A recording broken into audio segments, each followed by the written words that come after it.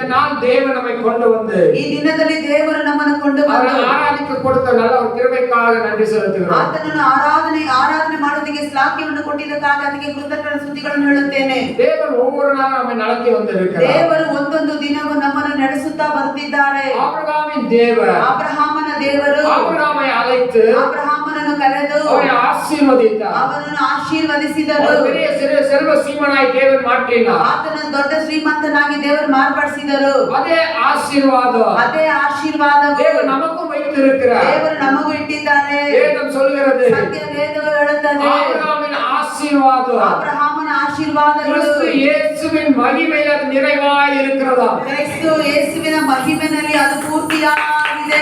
யாரெல்லாம் அவரை மகிமைப்படுத்துறோமோ, ಹಾಗಾದ್ರೆ ಯಾರೆಲ್ಲ ಆತನನ್ನು ಮಹಿಮೆ யாரெல்லாம் அவர் ಪಡಿಸುತ್ತೇವೋ, மகிமையில ஓடி வருகிறோமோ, ಯಾರೆಲ್ಲ ಆತನ ಮಹಿಮೆ ಒಳಗಡೆ ಓಡಿ ಬರುತ್ತೇವೋ, அதை விரும்பும் பொழுது ಅದನ್ನು ನಾವು ಇಷ್ಟಪಟ್ಟು அதை ಬಯಸಿದಾಗ நமக்கும் தேவன் கொடுக்கிறார். ಅದನ್ನು ದೇವರು ನಮಗೂ ಕೊಡುವವರಾಗಿದ್ದಾರೆ. ஆபிரகாமை தேவன் ஆசீர்வதிச்சாரு, ಅಬ್ರಹಾಮನನ್ನು ದೇವರು ಆಶೀರ್ವದಿಸಿದರು. நம்மையும் தேவன் ಆಮೇಲೆ ஆசீர்வதித்திருக்கிறார். ನಮ್ಮನ್ನು ದೇವರು ಆಶೀರ್ವದಿಸುತ್ತಾರೆ. ஹalleluya. ಹಲ್ಲೆಲೂಯಾ. வேதம் சொல்லுகிறது ಸತ್ಯ ವೇದ ಹೇಳುತ್ತದೆ ஆபிரகாமின் ஆசீர்வாதம் ಅಬ್ರಹಾಮನ ಆಶೀರ್ವಾದಗಳು கிறிஸ்து இயேசுவின் மகிமையில் ಕ್ರಿಸ್ತ இருக்கிறது. ಯೇಸುವಿನ ಮಹಿಮೆಯಲ್ಲಿದೆ. ஹalleluya. ஹalleluya. ஆபிரகாமை அழைத்து ஆசீர்வதித்த தேவன் ಅಬ್ರಹಾಮನನ್ನು ಕರೆದು ಆಶೀರ್ವದಿಸಿದಂತ நம்மையும் ದೇವರು தெரிந்து கொண்டிருக்கிற ಆಮೆನ್, தேவன் ಆಮೆನ್. ನಮ್ಮನ್ನು ಆರಿಸಿಕೊಂಡು நம்மை ஆசீர்வதிப்பார். ನಮ್ಮನ್ನು அவர் ಆಶೀರ್ವದಿಸಿದ್ದಾರೆ. ஏற்கனவே ஆசீர்வதிச்சிட்டாரு. ಆತನು ಮುಂಚಿತವಾಗಿಯೇ ನಮ್ಮನ್ನು அப்ப இந்த ಆಶೀರ್ವದಿಸಿದ್ದಾರೆ. ஆசீர்வாதம் நம்ம பார்க்கல.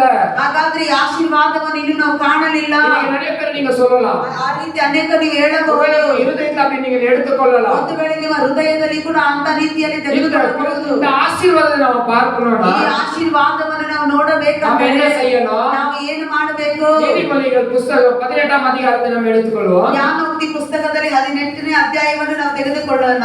அதுல 20வது வசனத்தை நம்ம வாசிக்கிறோம். ಅದರಲ್ಲಿ 20ನೇ ವಚನವನ್ನು ನಾವು ಓದುತ್ತೇವೆ. நீதிமொழிகள் ಜ್ಞಾನೋಕ್ತಿಗಳು 18வது அதிகாரம் 18ನೇ ಅಧ್ಯಾಯ 20வது வசனம். 20ನೇ ವಚನ. அவனவன் வாயின் பலனை அவனவன் வயிறு நிரம்பும். ಆ ಮನುಷ್ಯನ ತನ್ನ ಬಾಯಿಯ ಬೆಲೆಯನ್ನು ಹೊಟ್ಟೆ ತುಂಬುವ ಉಣ್ಣುವನು. அவனவன் வாயின் பலன் ಅವರವರ ಬಾಯಿಯ ಫಲಗಳು அவனவன் வயிறு நிரம்பும். ಅವನವನ ಹೊಟ್ಟೆ ತುಂಬುತ್ತದೆ. வாயின் பலன ಹಾಗಾದ್ರೆ ಬಾಯಿಯ ಬೆಲೆಯನ್ನು அவன் வயிறு நிரம்பும். ಆತನ ಹೊಟ್ಟೆ ತುಂಬುತ್ತದೆ. அப்ப நீ எதை விரும்புற? ಹಾಗಾದ್ರೆ ನೀನು ಯಾವುದನ್ನು நீ ಇಷ್ಟಪಡುತ್ತಿದ್ದೀಯಾ? எதை விரும்புற? ನೀನು ಯಾವುದನ್ನು ಇಷ್ಟಪಡುತ್ತಿದ್ದೀಯಾ? ஆபிரகாமை ஆசீர்வதித்த தேவன் ಅಬ್ರಹಾಮನನ್ನು ಆಶೀರ್ವದಿಸಿದಂತ என்னையும் ஆசீர்வதிப்பார்னு சொல்லி ನನ್ನನ್ನು ಆಶೀರ್ವದಿಸುತ್ತಾನಂತ நீ ಹೇಳಿ விரும்பும் பொழுது ನೀನು ಆ ರೀತಿ ಇಷ್ಟಪಡುವಾಗ அவன் வயிறு நிரம்பும். ಆಗ ಆ ಹೊಟ್ಟೆ ತುಂಬುತ್ತದೆ. அவனுக்கு வாழ்க்கையில் அது நிறைவேறும். ಅದು ನಿನ್ನ ಜೀವನದಲ್ಲಿ ನೆರವೇರುತ್ತದೆ. ஆபிரகாமை ஆசீர்வதிச்சாரு. ಅಬ್ರಹಾಮನನ್ನು என்னை ಆಶೀರ್ವದಿಸಿದರು. எப்படி ஆசீர்வதிப்பாரு? ನನ್ನನ್ನು ಹೇಗೆ ಆಶೀರ್ವದಿಸುವನು? ஆபிரகாம் போல நான் உண்மை இல்லையே. ಅಬ್ರಹಾಮನ ಹಾಗೆ ನಾನು ನಂಬಿಗಸ್ತನಿಲ್ಲ. ஆபிரகாம் போல விசுவாசம் எனக்கு இல்லையே. ಅಬ್ರಹಾಮನ ಹಾಗೆ ನನಗೆ ನಂಬಿಕೆ ಇಲ್ಲದೆ நீ அப்படி நினைச்சா ನೀನು ಆ ರೀತಿ ಅನ್ಕೊಂಡ್ರೆ நீ அப்படிதான் இருப்ப. ನೀನು ಹಾಗೆ ಇರು. ஒண்ணு இல்லாம தான் இருப்ப. ನೀನು ಏನು ಇಲ್ಲದವನಾಗಿರು. ஆனா வேதம் சொல்லுகிறது ಆದರೆ ಸತ್ಯ நீ எதை விரும்புகிறாயோ ನೀನು ಯಾವುದನ್ನು ಇಷ್ಟಪಡುತ್ತೀಯೋ அதே நீ அடைவாய். ಅದನ್ನೇ ನೀನು ಹೊಂದುವಿ. அதே அதிகாரத்துல ಅದೇ ಅಧ್ಯಾಯದಲ್ಲಿ அதுக்கு கீழே வாசிக்கிற 21ல 21ನೇ ವಚನದಲ್ಲಿ ನಾವು ಓದುತ್ತೇವೆ. ஜீவனும் ஆ நாவின் அதிகாரத்தில் இருக்கின்றது. போதும் பிரதர். ஹalleluya. ஹalleluya. மரணமும் ಮರಣವು ஜீவனும் ಜೀವಗಳು நல்லதோ ಒಳ್ಳೆಯದು கெட்டதோ ಕೆಟ್ಟದು எங்க இருக்குதா? ಎಲ್ಲಿದೆ?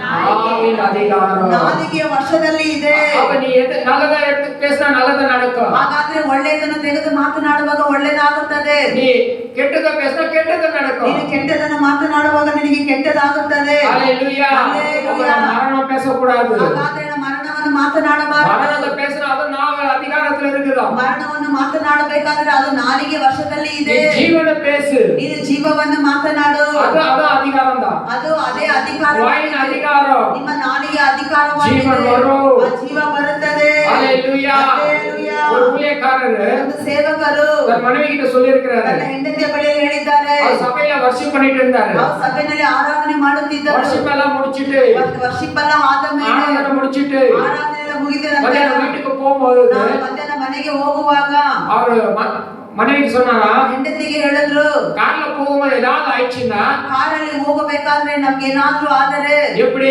ಹೇಗೆ? அத நீ போய் பின்னாடி உட்காந்துக்கனாரா, ಆದುದರಿಂದ ನೀನು ಹೋಗಿ ಹಿಂದೆ ಕುಳಿತುಕೋ ಅಂತ இல்ல ಹೇಳಿದ್ರು. குழந்தை இருக்கு, ಇಲ್ಲ ಮಗು ಇದೆ, அது ரொம்ப அழுவுது, ಅದು ತುಂಬಾ ಅಳುತ್ತಾ அது ಇದೆ, முன்னாடி எல்லாத்தையும் நான் ரோட காமிச்சுக்கொண்டு ನಾನು ಆದುದರಿಂದ ಮುಂದೆ ಎಲ್ಲವನ್ನು ತೋರಿಸಿಕೊಂಡು நான் வரேனாரா, ನಾನು ಬರುತ್ತೇನೆ ಅಂತ இல்லம்மா ಹೇಳಿದ್ರು. நீ பின்னால போகிற ஏதாவது ஆக்சிடென்ட் அதுகாயிச்சுன்னா என்ன பண்றது, ಅವರು ಫಾಸ್ಟ್ ಹೇಳಿದ್ರು, ಇಲ್ಲಮ್ಮ ನೀನು ಹಿಂದೆ ಹೋಗಿ ಕೂತ್ಕೋ, ಯಾಕಂದ್ರೆ ಏನಾದ್ರೂ ಹೆಚ್ಚು ಕಡಿಮೆ ಆದ್ರೆ ನಾವ್ ಏನ್ ಮಾಡಕ್ ಆಗುತ್ತದೆ. அப்படி சொல்லி இருக்கிறாரு டிரைவ் பண்ணும்போது. ಆತನು ಡ್ರೈವಿಂಗ್ ಮಾಡುವಾಗ ಆ ರೀತಿ ಹೇಳುತ್ತಾ ಇದ್ದರು. கொஞ்ச தூரம் போயிருப்பாங்க, ಸ್ವಲ್ಪ ದೂರ ಹೋಗಿದ್ದಾರೆ, ஆக்சிடென்ட் ஆயிடுச்சு, ಅಲ್ಲಿ ಆಕ್ಸಿಡೆಂಟ್ ನಡೀತು, அவர் மறிச்சிட்டாரு, ಅವನು ಸತ್ತು அந்த ಹೋದರು, குழந்தையும் மறிச்சு போச்சு, ಆ ಮಗುನು ಸತ್ತು ಹೋಯ್ತು, அந்த அம்மாக்கு கொஞ்சம் அடி எல்லாம் பட்டுச்சு, ಆ ಅಮ್ಮನವರಿಗೆ ಸ್ವಲ್ಪ ಗಾಯಗಳಾಯಿತು. ஆனா அந்த அளவுக்கு ஆக்சிடென்ட் ஆயிடுச்சு. அது ಅಲ್ಲಿ ತುಂಬಾ ಅಲ್ಲಿರೋ ಆ ಹೊರಗಡೆ ಆಕ್ಸಿಡೆಂಟ್ ஒரு ಆಯ್ತು. கேண்டர் வண்டிக்கு போய் இடிச்சிருக்காங்க, ಒಂದು ದೊಡ್ಡ ಗಾಡಿಗೆ ಹೋಗಿ ಹೊಡೆದಿದ್ದಾರೆ, ஒசூர் எலக்ட்ரானிக் சிட்டி கிட்ட. ಅದು ಎಲೆಕ್ಟ್ರಾನಿಕ್ ಸಿಟಿಯ ಬಳಿಯಲ್ಲಿ. ஹalleluya. ಹಲ್ಲೆಲೂಯಾ. அப்ப மனைவி சொன்னாங்க, ಆಗ ಹೆಂಡತಿ ಹೇಳಿದ್ರು, அவர் சாகிறதுக்கு முன்னாடி ಆತನು ಸಾಯುವುದಕ್ಕೆ அந்த ಮುಂಚಿತವಾಗಿ வார்த்தை சொன்னாரு. ಒಂದು ಮಾತನ್ನು ಹೇಳಿದ್ರು. ஆனா நிறைய பேர் யோசிச்சாங்க, ಆಗ ತುಂಬಾ ಜನ ಯೋಚನೆ ಮಾಡಿದ್ರು, இவர் ஆராதனை முடிச்சாரு, ಈ ಮನುಷ್ಯ ಆರಾಧನೆ ಮುಗಿಸಿದ್ದಾನೆ, சபை முடிச்சிட்டு ಈಗ ಸಭೆಯನ್ನು ಮುಗಿಸಿ வீட்டுக்கு போகும்போது ಮನೆಗೆ ಹೋಗುವಾಗ எப்படி ஆக்சிடென்ட் ஆயிடுச்சு, ಹೇಗೆ ಆಕ್ಸಿಡೆಂಟ್ ஏன் ನಡೆಯಿತು? தேவ கிருபை இல்லையா, ಯಾಕೆ ಆತನ ಮೇಲೆ ದೇವ ಕೃಪೆ தேவனுக்கு கண்ணு இல்லையா, ದೇವರಿಗೆ ಕಣ್ಣಿಲ್ಲವಾ, அவருக்கு காது இல்லையா, ಆತನಿಗೆ ಕಿವಿ ಇಲ್ಲವಾ? மனுஷன் ஒவ்வொரு விதமா பேச ஆரம்பிச்சாங்க. ಮನುಷ್ಯರು ಒಂದೊಂದು ರೀತಿಯಾಗಿ ಮಾತನಾಡೋದಕ್ಕೆ நம்ம ஞானம் அவ்வளவுதான், ನಮ್ಮ ಒಂದು ಜ್ಞಾನ ಅಷ್ಟೇ. ஆனா நம்ம மனைவி சாட்சி சொல்ற போதுதான் ಆದ್ರೆ ಅವರ ಹೆಂಡತಿ ಸಾಕ್ಷಿ ಹೇಳುವಾಗಲೇ எல்லாருக்கும் புரிஞ்சிச்சு. ಅದು ಎಲ್ಲರಿಗೂ ಅರ್ಥವಾಯಿತು. அவர் சாகிறதுக்கு முன்னாடி ಆತ ಮನುಷ್ಯ ಪಾಸ್ಟರ್ ಸಾಯೋದಕ್ಕೆ இந்த ಮುಂಚಿತವಾಗಿ வார்த்தையை சொன்னாரு. ಈ ಮಾತನ್ನು ಹೇಳಿದ್ದಾರೆ. அதனால வேதம் சொல்லுகிறது, ಅದನ್ನ ಸತ್ಯವೇದ ಮರಣವು, ಮರಣವು, ஜீவனோ ಜೀವವು நாவின் அதிகாரத்தில் ನಾಲಿಗೆ இருக்குது. ವಶದಲ್ಲಿ ಇದೆ. அதனால நீங்க நன்மையை பேசுங்க, ಆದುದರಿಂದ ನೀವು ಮೇಲನ್ನು ಶುಭವನ್ನು ஜீவனை பேசுங்க, ನೀವು ಜೀವವನ್ನೇ ಮಾತನಾಡಿ, மரணத்தை பேச வேண்டாம், ಮರಣವನ್ನು ಮಾತನಾಡಬೇಡಿ, ஜீவனே பேசுங்க. ಜೀವವನ್ನೇ நீங்க ಮಾತನಾಡಿ. எவ்வளவு ஜீவனை பேசுறீங்களோ ಎಷ್ಟಕ್ಕೆ ಎಷ್ಟು ಜೀವವನ್ನು அந்த ಮಾತನಾಡಿ, ஜீவன் உங்க மேல வரும். ಆಮೇಲೆ ಆ ಜೀವ ನಿಮ್ಮ ಮೇಲೆ ಬರುತ್ತದೆ. அதனால வேதம் சொல்லுகிறது, ಅದಕ್ಕೆ ಸತ್ಯವೇದ ಹೇಳುತ್ತದೆ, அவன் வாயின் பலனை ಅವನವನ ಬಾಯಿಯ ಮಾತುಗಳು அவன் வயிறு நிரம்பும், ಅವನ ಹೊಟ್ಟೆ ತುಂಬುತ್ತದೆ. அவன் உதடுகளின் வினைவினாலே ಮನುಷ್ಯನ ತನ್ನ ಬಾಯಿಯ ಬೆಲೆಯಿಂದ அவன் திருப்தி அடைகிறான். ಅವನವನು ತೃಪ್ತಿಗೊಳಿಸುವನು. ஹalleluya. ಹಲ್ಲೆಲೂಯಾ. அவன் உதடுகளினாலே ಅವನವನ ತುಟಿಗಳಿಂದ அந்த விளைவு ಅದರ ಬೆಲೆ அவன் திருப்தி அடைகிறான். ಆತ ತೃಪ್ತಿ ಹೊಂದುತ್ತಾನೆ. சில பேருக்கு நான் சொல்லுவேன், ಕೆಲವರಿಗೆ ನಾನು ಹೇಳುತ್ತೇನೆ, சில பலவீனத்துல வருவாங்க, ಕೆಲವರು ಬಲಹೀನದಲ್ಲಿ ಬರ್ತಾರೆ, அவங்களுக்கு நான் சொல்லி கொடுப்பேன், ಅವರಿಗೆ ನಾನು ಹೇಳಿಕೊಡುತ್ತೇನೆ, ஏசப்பா என்னை பலப்படுத்துங்க, ಯೇಸಪ್ಪ ನನ್ನನ್ನು ಬಲಪಡಿಸು, என்னை பலப்படுத்துங்க, ನನ್ನನ್ನು ಬಲಪಡಿಸು. வாயில அறிக்கை பண்ணிட்டே இருக்கணும். ಆ ರೀತಿ ನಿಮ್ಮ ಬಾಯಿಂದ ಅರಿಕೆ ಮಾಡುತ್ತಾ ಇರಿ. என்னை பலப்படுத்துகிறதுனால ನನ್ನನ್ನು ಬಲಪಡಿಸುವುದರಿಂದ எனக்கு எல்லாம் செய்ய முடியும். ನನ್ನಿಂದ ಎಲ್ಲವನ್ನು ಮಾಡೋದಕ್ಕೆ ಸಾಧ್ಯ ಉಂಟು. அதுதான் ஜீவன். ಅದೇ ಜೀವವಾಗಿದೆ. கர்த்தருடைய ஆவியானவர் ಪರಿಶುದ್ಧ ಆತ್ಮನು என் மேல இருக்கிறார். ನನ್ನ ಮೇಲೆ ಇದ್ದಾರೆ. அது விசுவாசத்துல நீங்க அறிக்கை செய்யும் பொழுது ಆ ಒಂದು ನಂಬಿಕೆಯಿಂದ ನೀವು ಅದನ್ನು ಅರಿಕೆ ಮಾಡುವಾಗ அது உங்களுக்கு உறுதிப்படும். ಅದು ನಿಮಗೆ அப்ப ದೃಢವಾಗುತ್ತದೆ. தேவ ஆவி உங்க மேல இருக்கும். ಆಗ ದೇವರ ಆತ್ಮ ನಿಮ್ಮ ಮೇಲೆ அந்த ಇರುತ್ತದೆ. பிசாசு கிரியைக்கு வேற வேலையே இருக்காது. ಆ ಶೈತಾನ ಕ್ರಿಯೆಗಳಿಗೆ ಬೇರೆ ಕೆಲಸಗಳೇ ಇರುವುದಿಲ್ಲ. கர்த்தருடைய ஆவியானவர் இருக்கும் பொழுது ಕರ್ತನ ಆತ್ಮ ನಮ್ಮ ಮೇಲೆ ಇರುವಾಗ உலக ஆவியானவர் இருக்க சான்ஸே இல்ல. ಲೋಕದ ಆತ್ಮ ನಮ್ಮ ಮೇಲೆ ಇರುವುದಕ್ಕೆ ಚಾನ್ಸೇ ಇಲ್ಲ. அப்ப நாம செய்ய வேண்டியதை நாம செய்யணும். ಹಾಗಾದ್ರೆ ನಾವು ಮಾಡಬೇಕಾಗಿರುವುದನ್ನು ನಾವು ಮಾಡಬೇಕು. ஆபிரகாமின் ஆசீர்வாதம் ಅಬ್ರಹಾಮನ ಒಂದು ಆಶೀರ್ವಾದ நாம பார்க்கணும்னா, ನಾವು ಅದನ್ನು ನೋಡಬೇಕು, நாம அனுபவிக்கணும்னா, ನಾವು ಅದನ್ನು அந்த ಅನುಭವಿಸಬೇಕಾದರೆ தேவ சித்தம் எதுனா, ದೇವರ ಚಿತ್ತ ಏನಂದ್ರೆ தேவனுக்கு விருப்பம் என்னன்னா, ದೇವರ ಇಷ್ಟಾರ್ಥ நாம தாரித்திரத்துல இருக்கிறதல்ல, ನಾವು ದರಿದ್ರದಲ್ಲಿ நம்ம ಇರುವುದಲ್ಲ, கஷ்டத்துல இருக்கிறதல்ல, ನಾವು ಕಷ್ಟದಲ್ಲಿ நம்ம ಇರುವುದಲ್ಲ, கரப்பிச்சுல இருக்கிறதல்ல, ನಾವು ಸಾಲದ ಸಮಸ್ಯೆಗಳಲ್ಲಿ வியாதியில பலவீனத்துல இருக்கிறது இல்ல. ನಾವು ವ್ಯಾಧಿಯಲ್ಲಿ ಬಲಹೀನತೆಗಳು ಇರುವುದಲ್ಲ. நாம் எல்லாரும் வாழ்வது போல, ನಾವೆಲ್ಲರೂ நம்ம எல்லாவற்றையும் வாழ்வது போல ಎಲ್ಲಾ ರೀತಿಯಲ್ಲಿ ಅಭಿವೃದ್ಧಿ வாழ்ந்து சுகமாய் இருப்பது தேவனுடைய விருப்பமாய் இருக்கிறது. ನಾವು ಜೀವಿಸಿ ಅಭಿವೃದ್ಧಿ ಹೊಂದಿ ಸುಖವಾಗಿ ಇರುವುದೇ ದೇವರ ಒಂದು ಇಷ್ಟಾರ್ಥವಾಗಿದೆ. அதுக்காக தான் இயேசு கல்வாரி சிலுவைக்கு போனார். ಅದಕ್ಕಾಗಿ ಯೇಸು ಸ್ವಾಮಿ ಆ ಕಲ್ವಾರಿ ಶಿಲುಬೆಗೆ ಹೋದರು. ஹalleluya. ಹಲ್ಲೆಲೂಯಾ. கர்த்தர் நல்லவராய் இருக்கிறார். ದೇವರು ಒಳ್ಳೆಯವರಾಗಿದ್ದಾರೆ. ஒரு காரியத்தை நம்ம வாசிக்கலாம். ಒಂದು ಕಾರ್ಯವನ್ನು ನಾವು ಓದೋಣ. மத்தேயு எழுதின சுவிசேஷ புத்தகம் ಮತ್ತಾಯ ಬರೆದ ಸುವಾರ್ತೆ ಪುಸ್ತಕದಿಂದ 7ாம் அதிகாரத்தை ನಾವು எடுத்துக்கொள்ளலாம். 7ನೇ ಅಧ್ಯಾಯವನ್ನು ನಾವು ತೆಗೆದುಕೊಳ್ಳೋಣ. மத்தேயு சுவிசேஷ புத்தகம் ಮತ್ತಾಯ ಸುವಾರ್ತೆ ಪುಸ್ತಕದಿಂದ 7ாம் அதிகாரம் ಮತ್ತಾಯ 7ನೇ ಅಧ್ಯಾಯ 21வது வசனம். 21ನೇ ವಚನ. ನನ್ನನ್ನು ಸ್ವಾಮಿ ಸ್ವಾಮಿ ಅನ್ನುವವರೆಲ್ಲರೂ ಪರಲೋಕ ರಾಜ್ಯದಲ್ಲಿ ಸೇರುವರೆಂದು ನೆನೆಸಬೇಡಿರಿ. ಪರಲೋಕದಲ್ಲಿ ಇರುವ ನನ್ನ ತಂದೆಯ ಚಿತ್ತದಂತೆ ನಡೆಯುವವನೇ ಪರಲೋಕ ರಾಜ್ಯಕ್ಕೆ ಸೇರುವನು. ஆமென். ஹalleluya. ஹalleluya. பரலோகத்தில் இருக்கிற என் பிதாவின் சித்தத்தின்படி செய்கிறவனே, ಪರಲೋಕದಲ್ಲಿರುವ ನನ್ನ ತಂದೆಯ ಚಿತ್ತದಂತೆ ನಡೆಯುವವನೇ பரலோக ராஜ்யத்தில் பிரவேசிப்பாய். ಪರಲೋಕ ರಾಜ್ಯಕ್ಕೆ ಆತನು ಸೇರುವನು. என்னை நோக்கி ನನ್ನನ್ನು ನೋಡಿ கர்த்தாவே கர்த்தாவே ಸ್ವಾಮಿ ಸ್ವಾಮಿ என்று சொல்லுகிறவன் ಅನ್ನುವವರೆಲ್ಲರೂ அதில் பிரவேசிப்பதில்லை. ಅದರಲ್ಲಿ ಸೇರುವುದಿಲ್ಲ. ஹalleluya. ஹalleluya. பரலோக ராஜ்யத்தில் பிரவேசிக்கணும்னா ಆದರೆ ಪರಲೋಕ ರಾಜ್ಯದಲ್ಲಿ ನಾವು ಪ್ರವೇಶಿಸಬೇಕಾದರೆ அவர் சித்தத்தின்படி நம்ம செய்யணும். ಆತನ ಚಿತ್ತ ಪ್ರಕಾರವೇ ನಾವು ಮಾಡಬೇಕು. நம்ம இஷ்டம் போல செய்யறதல்ல, ನಮ್ಮ ಇಷ್ಟ ಪ್ರಕಾರ ನಾವು நம்ம ಮಾಡುವುದಲ್ಲ. இஷ்டம் போல வாழ்றதல்ல, ನಮ್ಮ ಇಷ್ಟ ಪ್ರಕಾರ ನಾವು நம்ம ಜೀವಿಸುವುದಲ್ಲ. இஷ்டம் போல இருக்கிறதல்ல. ನಮ್ಮ ಇಷ್ಟ ಪ್ರಕಾರ ನಾವು ಇರುವುದಲ್ಲ. இதுதான் நம்ம யோசிக்கிறோம். ಅದನ್ನೇ ನಾವು ಇವತ್ತು ಯೋಚನೆ ಮಾಡುತ್ತಿದ್ದೇವೆ. நமக்கு எது நலமானது தெரியுதோ, ನಮಗೆ ಯಾವುದು ಮೇಲನ್ನು ಒಳ್ಳೆಯದಾಗಿ அது ಕಾಣಿಸುತ್ತದೋ, கெட்டதோ நல்லதோ ಅದು ಒಳ್ಳೆಯದೋ ಕೆಟ್ಟದೋ அதை பிடிச்சுக்கிறோம். ಅದನ್ನೇ ನಾವು ಹಿಡಿದುಕೊಳ್ಳುತ್ತೇವೆ. நம்ம விருப்பம் இல்லங்க, ನಮ್ಮ ಇಷ್ಟಾರ್ಥವೂ ಅಲ್ಲ. தேவனுடைய விருப்பம். ಆಮೇಲೆ ದೇವರ ಒಂದು தேவ ಇಷ್ಟಾರ್ಥವೇ. சித்தத்தை நாம செய்யணும். ದೇವರ ಚಿತ್ತವನ್ನೇ ನಾವು யார் ಮಾಡಬೇಕು. தேவ சித்தத்தை செய்கிறார்களோ ಯಾರು ದೇವರ ಚಿತ್ತವನ್ನು ಮಾಡುತ್ತಾರೋ அவனே பரலோக ராஜ்யத்தில் பிரவேசிப்பான். ಅವರೇ ಪರಲೋಕ ರಾಜ್ಯದಲ್ಲಿ ಸೇರುವನು. பரலோகம் இருக்கா இல்லையா? ಪರಲೋಕ ಇದೆಯಾ ಇಲ್ಲವಾ? இருக்குதா இல்லையா?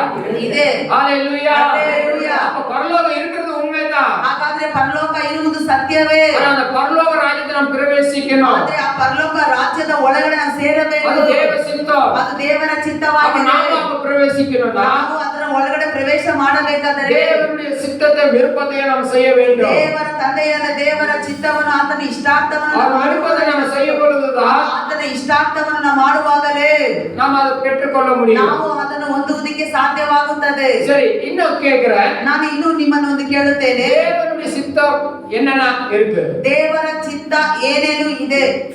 ஒண்ணு பரலோகம், ಒಂದು ಪರಲೋಕ, அடுத்தது அடுத்தது வேற என்னங்க? ಮತ್ತೆ ನಾವು தேவ சித்தம்னா என்ன? ದೇವರ ಚಿತ್ತ ಅಂದ್ರೆ ಏನು? இப்ப ನಾವು ஒரு வசனத்தை படிச்சோம். ಈಗ ನಾವು ಒಂದು ವಚನವನ್ನು பிதாவின் ಓದಿದ್ವಿ. சித்தத்தை செய்வதுதான் ತಂದೆಯ ಚಿತ್ತವನ್ನು பரலோக ராஜ்யத்தில் பிரவேசிக்க முடியும். ಅದು ಪರಲೋಕ ರಾಜ್ಯಕ್ಕೆ ನಮ್ಮನ್ನು ಸೇರಿಸುವಂತದ್ದಾಗಿದೆ. அப்ப தேவ சித்தம்னா என்னென்ன இருக்கு? ಹಾಗಾದ್ರೆ ದೇವರ ಚಿತ್ತ ಅಂದ್ರೆ ಏನೇನಿದೆ? பரலோகத்துக்கு போனோம்னா ನಾವು ಪರಲೋಕಕ್ಕೆ தேவ ಹೋಗಬೇಕಾದ್ರೆ சித்தத்தை நாம் செய்யணும். ದೇವರ ಚಿತ್ತವನ್ನು ನಾವು அப்ப தேவ ನೆರವೇರಿಸಬೇಕು. சித்தம்னா என்ன? ಹಾಗಾದ್ರೆ ದೇವರ ಚಿತ್ತ ಅಂದ್ರೆ ಏನು? சுவிசேஷ அறிவிக்கணும், ಸ್ವಾರ್ಥೆ ಸಾರುವುದು, ಎಲ್ಲಾರ ಶಿಷ್ಯರಾಗಿ ಮಾತನು, எல்லாரும் சிஷியரா மாத்திடணும். ಎಲ್ಲರನ್ನು ಶಿಷ್ಯರಾಗಿ ಮಾರ್ಪಡಿಸಬೇಕು. அடுத்தது ಆಟಗಳ ಸತ್ಯತೆ ಪಡಿಸೋನು, அதான் சுவிசேஷம். ವಸನದ ಪ್ರಕಾರ ನಡ್ಕணும். வசன பிரகாரம் நடக்கணும். ವಚನ ಪ್ರಕಾರ ನಡಿಬೇಕು. ವಿಧೇಯತೆ ಉಳ್ಳವರಾಗಿರಬೇಕು. சரி, நிறைய காரியங்கள் இருக்கு. ಅನೇಕ ಕಾರ್ಯಗಳಿದೆ. நம்ம வேதத்தை படிக்கும் போதுதான் ನಾವು ಸತ್ಯ ವೇದವನ್ನು ಓದುವಾಗಲೇ அந்த சத்தியத்தை அறிகிற அறிவை நம்ம தெரிந்து கொள்ள ಆ முடியும். ಸತ್ಯವನ್ನು ಅರಿವು ನಾವು தேவ ತಿಳಿದುಕೊಳ್ಳಬೇಕು. சித்தத்தை அறிகிற அறிவை நாம் பார்க்க முடியும். ದೇವರ ಚಿತ್ತವನ್ನು ಅರಿವು ನಮಗೆ ನೋಡುವುದಕ್ಕೆ 18 எடுத்துக்கொள்ளலாம். ಮತ್ತಾಯ 18 ತೆಗೆದುಕೊಳ್ಳೋಣ. 6வது வசனத்தை வாசிங்க. 6ನೇ ವಚನವನ್ನು ಓದೋಣ. என்னிடத்தில் விசுவாசமாய் இருக்கிற இந்த சிறியரில் ஒருவனுக்கு இடர்தல் உண்டாக்குறவன் எவனோ அவனுடைய கழுத்தில் எந்திர கல்லை கட்டி சமுத்திரத்தின் ஆழத்திலே அவனை அமிழ்த்துகிறது அவனுக்கு நலமாய் இருக்கும். ಆದರೆ ನನ್ನಲ್ಲಿ ನಂಬಿಕೆ ಇಡುವ ಈ ಚಿಕ್ಕವರಲ್ಲಿ ಒಬ್ಬನಿಗೆ ಯಾವನಾದರೂ ಅಡ್ಡಿಯಾದರೆ ಅಂಥವನ ಕೊರಳಿಗೆ ಬೀಸುವ ಕಲ್ಲು ಕಟ್ಟಿ ಅವನನ್ನು ಆಳವಾದ ಸಮುದ್ರದಲ್ಲಿ ಮುಳುಗಿಸಿ ಬಿಡುವುದು ಅವನಿಗೆ ಹಿತವಾಗುವುದು. ஆமென். பாருங்க, என்னிடத்தில் விசுவாசமாய் இருக்கிற ನನ್ನಲ್ಲಿ ನಂಬಿಕೆಯಾಗಿರುವ இந்த சிறியோரில், ಈ ಚಿಕ್ಕವರಲ್ಲಿ, அப்ப யாரு சிறியோர்னா யாரு? ಚಿಕ್ಕವರಂದ್ರೆ ಯಾರು? சிறியோர்னா யாருங்க? ಚಿಕ್ಕವರಂದ್ರೆ ಯಾರು? சிறியோர் என்றால் ಚಿಕ್ಕವರಂದರೆ தேவனிடத்தில் விசுவாசமாய் இருக்கிறவர்கள். ದೇವರ ಬಳಿಯಲ್ಲಿ ನಂಬಿಕೆಯಾಗಿರುವವರು.